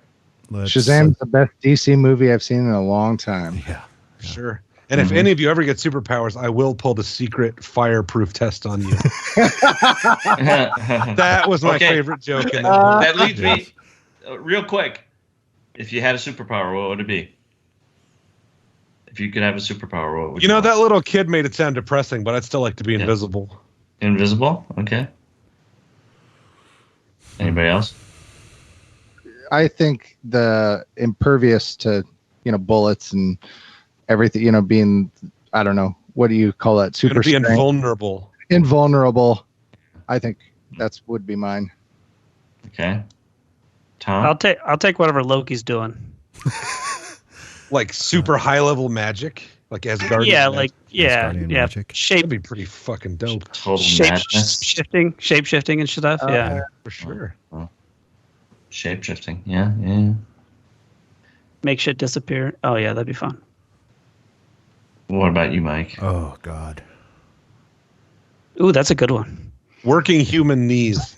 Yes, working knees. Bionic knees. Power to have normal knees. Super speed. Super speed. That would just be awesome. Like, I don't know. It would, to me, it's super speed. That would involve working knees. Yes, super speed, super strength, or the ability to grow. Right, like just say Ina Chuck and grow to. You want to be Apache Chief? Apache Chief, or Atom Smasher, or Goliath. What if you had super speed, but you had to keep your eyes closed and make echolocation sounds like a dolphin in order not to run into anything? Would you still want it? I think I would. Just running at a high rate of a drink. Super fast dolphin. I think you've been thinking about this. Oh, it just came to me. It'd be fun. I think terrifying. Sounds like next. I think. Hey, the four of us could, or the five of us could probably make that. Yeah. That's the start of our Marvel or our cinematic universe. Yeah, we launched our cinematic universe with Captain Dolphin, a super fast echolocating dolphin. There you go, Captain Dolphin. He's a dolphin who's been blinded and given super speed by all the pollution in the water, and so he has to keep his eyes closed. Marvelous mammal. Yeah, there you go. Oh my God! What about you, Gabe? I don't know. Would time travel be a superpower? Doctor Strange says yes. Yes. I think I would. That's magic. So we got two people that want magic. Yeah. All right. I dig it. All right. Let's go ahead and move on to our recommendations for this month while I tally the votes. And we will start off with you, Gabriel. Yeah. I don't remember if actually, maybe I should make that my superpower is memory, because I have a terrible one. If I had a great memory, that would be a superpower. I don't remember if I've recommended this in the past, but I was trying to think of like unconventional kind of superhero movies, and I like the idea of something that isn't so big and flashy as a Marvel or DC kind of superhero movie. Do you guys know where I'm going with this? The Crow? No. The Crow's pretty cool. I kind of remember what I liked about The Crow was the soundtrack. We didn't talk about music tonight, and I feel like Andrew wanted to. The soundtrack for The Crow was really cool. We got off topic. I'm sorry. Oh, we did. We got way. Oh yeah. We got way off topic. Yeah, it's all right. No, I'm thinking of Unbreakable. Damn it! Nice. Oh, I think did I ruin? We've discussed this before, but did I breakable somebody's? I don't remember if I've recommended this before. It's on the list that I have, but it's not complete. So I like the idea of it being kind of a low key, non kind of traditional superhero movie where it's like you could possibly be a superhero in the real world. Like you don't wear spandex and you don't fly around in the air and but you have something special that allows you to help other people in some way or another. And so I don't know that I liked Unbreakable the first time I saw it. I found the pacing to be quite slow. And I'm not sure I liked it, but it kind of grew on me, and in part because of that idea that it's an understated superhero kind of movie, kind of thing. So, if you've never seen Unbreakable, I would recommend it. And I have to confess, I haven't seen Split or Glass yet. Is that what it's called? Split? Yep. Yeah. Yeah. I haven't seen those yet. And but I feel like those add quite nicely to the universe and the concept there. So all right. That'd be my recommendation. All right. Thank you, Gabe. Kyle. Okay. I'm going to recommend a Marvel movie from 2002, which was probably the best Marvel movie around, in my opinion, at that time. And that is the movie Blade 2, which everybody seems to forget is a Marvel character. Blade the Vampire Hunter. Blade 2 is one of those rare sequels that's better than the original. Like X2 is better than the first X-Men. Spider-Man 2. I don't know. I'd have to rewatch that one. Same Raymond. But Blade 2, yeah, I love Blade 2. Man, really good. I don't know how well it holds up, but talking about superhero movies just reminded me how much I enjoyed that movie. And you're talking about a movie with a bumpin' soundtrack. The Blade soundtracks were pretty hot back then. Yeah, I mean, they were. All I that agree. techno. Yeah, I have those too. Mm-hmm. Yeah, I enjoy Lots those. of techno. Yeah. Well, yeah, Blade 2. Check it out. All Don't right. watch the first one or the third one. Just watch the second one. See if you can make heads or tails of what the hell is going on. I love the first third one. The third one has Triple H and Ryan Reynolds in it. It's pretty weird. God. The Vampire Pomeranian gets me every time. Pretty weird. I ate a lot of garlic, silent but deadly. Oh, All right. Thanks, Kyle. Andrew. Well, yeah, so it's not fair, but I'm going to kind of go off of Gabe. So you're talking about Unbreakable. And so I'm going to recommend Glass, which is the third one in that series because it goes Unbreakable, Split, and Glass. I recently just saw Glass, and it pulls the entire universe together so well. It tells a great story. It feeds Split and Unbreakable so well, and they kept a very strong character basis, and they didn't try to make it over the top superhero-y even at their conclusion. They still kept it very real and very in your face, and it was so I'm shocked at that M. Shyamalana Ding Dong can still make a good movie, and he made 3 of them that all fit together. And so I guess I'll push all 3 of them, but Glass I recently saw, and definitely if you haven't seen the 3rd one, to finish it up, see it. If you haven't seen all 3, see all 3. All right. Thank you, Andrew. Tom. All right, so I'm going to recommend an animated DC movie that Gabe was asking for. It's got Will Arnett, Kristen Bell, Nicolas Cage, Jimmy Kimmel. Stan Lee is in it. Yes. So you have like Superman, Batman, Wonder Woman. They're all in it. But it's last year's Teen Titans Go to the Movies. Yes. It is really funny. So my kids begged me to go to it last summer with them, and I went, and I had a really, really great time. It's very postmodern and self-aware, and it makes a lot of there's a lot of jokes that just flew over my kids' heads that they will eventually catch when they turn 21. But it's a blast, and it's really, really funny. There's time travel in it, and they kind of rag on DC movies while honoring them at the same time, and it's a fun ride, and it's a DC movie. So how often do you get to say fun DC movie? That's true. So there you go. There's your animated fun DC movie. Yes. All right. Thank you, Tom. Boy, I can't remember which ones I'm like you, Gabe. I can't remember which ones I've recommended. Because I should have a website. I know. We should. I mean, I want to talk about The Rocketeer, which would be great, but I know I've probably spewed forth about The Rocketeer. I probably did that with the Captain America Wonder Woman. So, gosh, it's really hard for me. Like, I had this whole list. I'm going to take the easy out. If you haven't seen it, go watch Endgame. It's 3 hours long that feels like an hour and a half. Seriously. It's the culmination of 10 years, 21. Well, this is the 11th year. So, So 10 years, 21 movies all lead up to this one point. And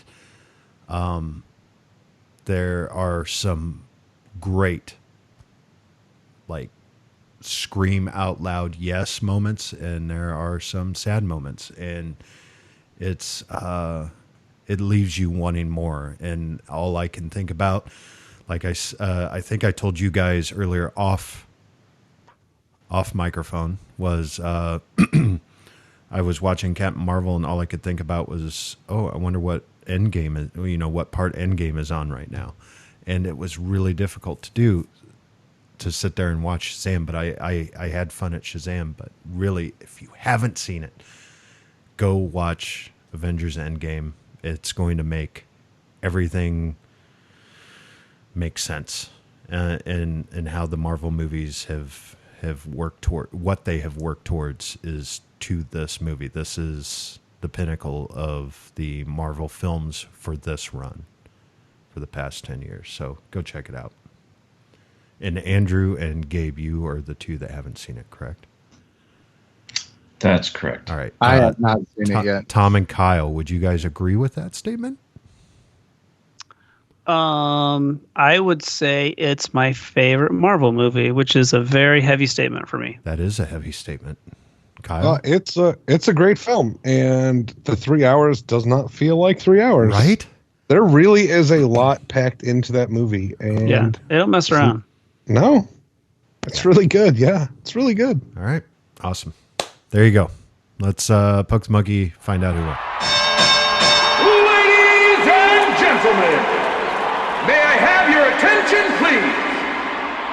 Your winner by decision is Captain Marvel!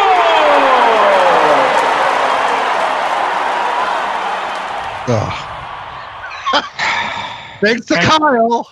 Yeah, I tried. But I tried for Shazam. I tried. You did try, and it's Shazam not. was We're fun, not though. saying I Shazam's. enjoyed it. We're not saying it's a bad movie, but just No. compared You to guys Captain are all Marvel. Marvel shills. I'm the only one here who likes DC movies. What's the correct Hey. term in comic world? They're Marvel zombies, right? That's right. Make mine Marvel. You all have it tattooed on your asses. I'll tell you, I wasn't a comic book guy before, Batman Begins, but Marvel has earned my fandom. I love Marvel movies, but I didn't go into it owning a single comic my entire life, and they've earned it. So Do you own you any can call me a now? Marvel fan. What's that? Do you own any now? I own a couple graphic novels, but I don't own a comic book. No. Okay. Well, graphics are fine too. That counts. Yeah. Okay. Look at they're this like- gatekeeping. He's telling you can own comics, and that's okay. Yeah, You're it's in. like film You're noir, pulpy stuff. But Yeah. anyway, No, graphics are awesome. I mean, that's I still A have really all my comics. economical way. Right. I still have all my comics from the 90s down, from when I was collecting as a kid downstairs, but I have my graphic novels up here in the office. I would recommend checking out the Ultimates, Tom, Marvel. Yeah. The Ultimates. Mm-hmm. It's kind of what the cinematic universe is based off of. Somewhat. So, yeah. I'd check that out. There's some great lines in it, especially there's a few from Nick Fury and one from Captain America that says, "Do you think this A on my forehead stands for France?" when the big bad was asking him to surrender. So it makes me laugh. All right, Gabe, where can people find you? You can look me up on Facebook if you care. I'm a bit of a lurker there. And you can also check out our films on onegenomeshort.com. All right, Kyle. Nah. All right, thanks, Kyle. Andrew. Where can I follow you, Kyle? I want to stalk you. Well, Gabe, just give me a call and we can hang out. You don't have to stalk me. Oh, okay. No I problem. put out. Don't worry. All right. Oh, sweet. I'm what's known in the lot lizard game as a sure thing. I'll call you after this. All right. Andrew. You can watch all of our shorts out on Arizona Inc. Studios, and that's with a K. And then, of course, from that website, you can just go and look at all of our cool places on social media to follow, from Facebook, Instagram, Twitters, all that fun stuff. So, yeah. Go. Tom. people can check out my video work on Vimeo and Facebook. But I saw this week that Samsung has unveiled a vertical TV, so now I'm questioning my life choices. Same here. I almost sent it to you because I know how much I know it bugs you and I the most. Like I can actually hear the brain cells getting ready to pop when we see people Count shooting. me in. Yeah. Oh my God. My sister sends videos of my adorable nephew. And I'm biased, but he is adorable. And they're all like vertical. And I'm like, oh my God, I'm like an aspiring filmmaker. And my sister just assaults my senses with this. She should know better. Oh my God. It's my sister. Yeah. Don't watch a movie on your side. Yeah. I saw that news and I just threw my phone down and walked away. That's how mad I was. No. And now you need a new phone. It should not be happening. You can find me on Facebook, Twitter, Instagram. You can find the studio films on YouTube. Just search Southsider Studios.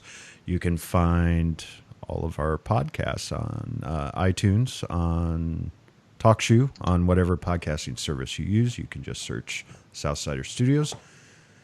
And we would appreciate it, the royal we, if you could leave us a review on iTunes or whatever podcasting service you use. You can contact us at cinesmack@gmail.com. Follow us on Twitter and Facebook. Just search Cinesmack.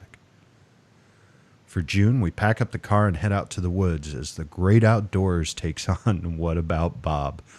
Oh, my God, this is going to be great. And I can guarantee you there will not be a 45-minute discussion on the cinematic universes of the great outdoors and What About Mom. John Candy versus Bill Murray. Yeah, Yep. that's going to be our 45-minute discussion. Yep, there we go. Could be. For Tom, Andrew, Kyle, Gabe, and myself, thanks for listening, and go catch a flick. Shazam! Oh my God, I have to pee so bad. Oh, me too. Shazam! So do I. There was only one. Yeah. This has been a test of the Southsider Studios podcast system. This was only a test. If this were a true lack of entertainment, your head would explode. Go to iTunes and subscribe to our feed. Just search Southsider Studios.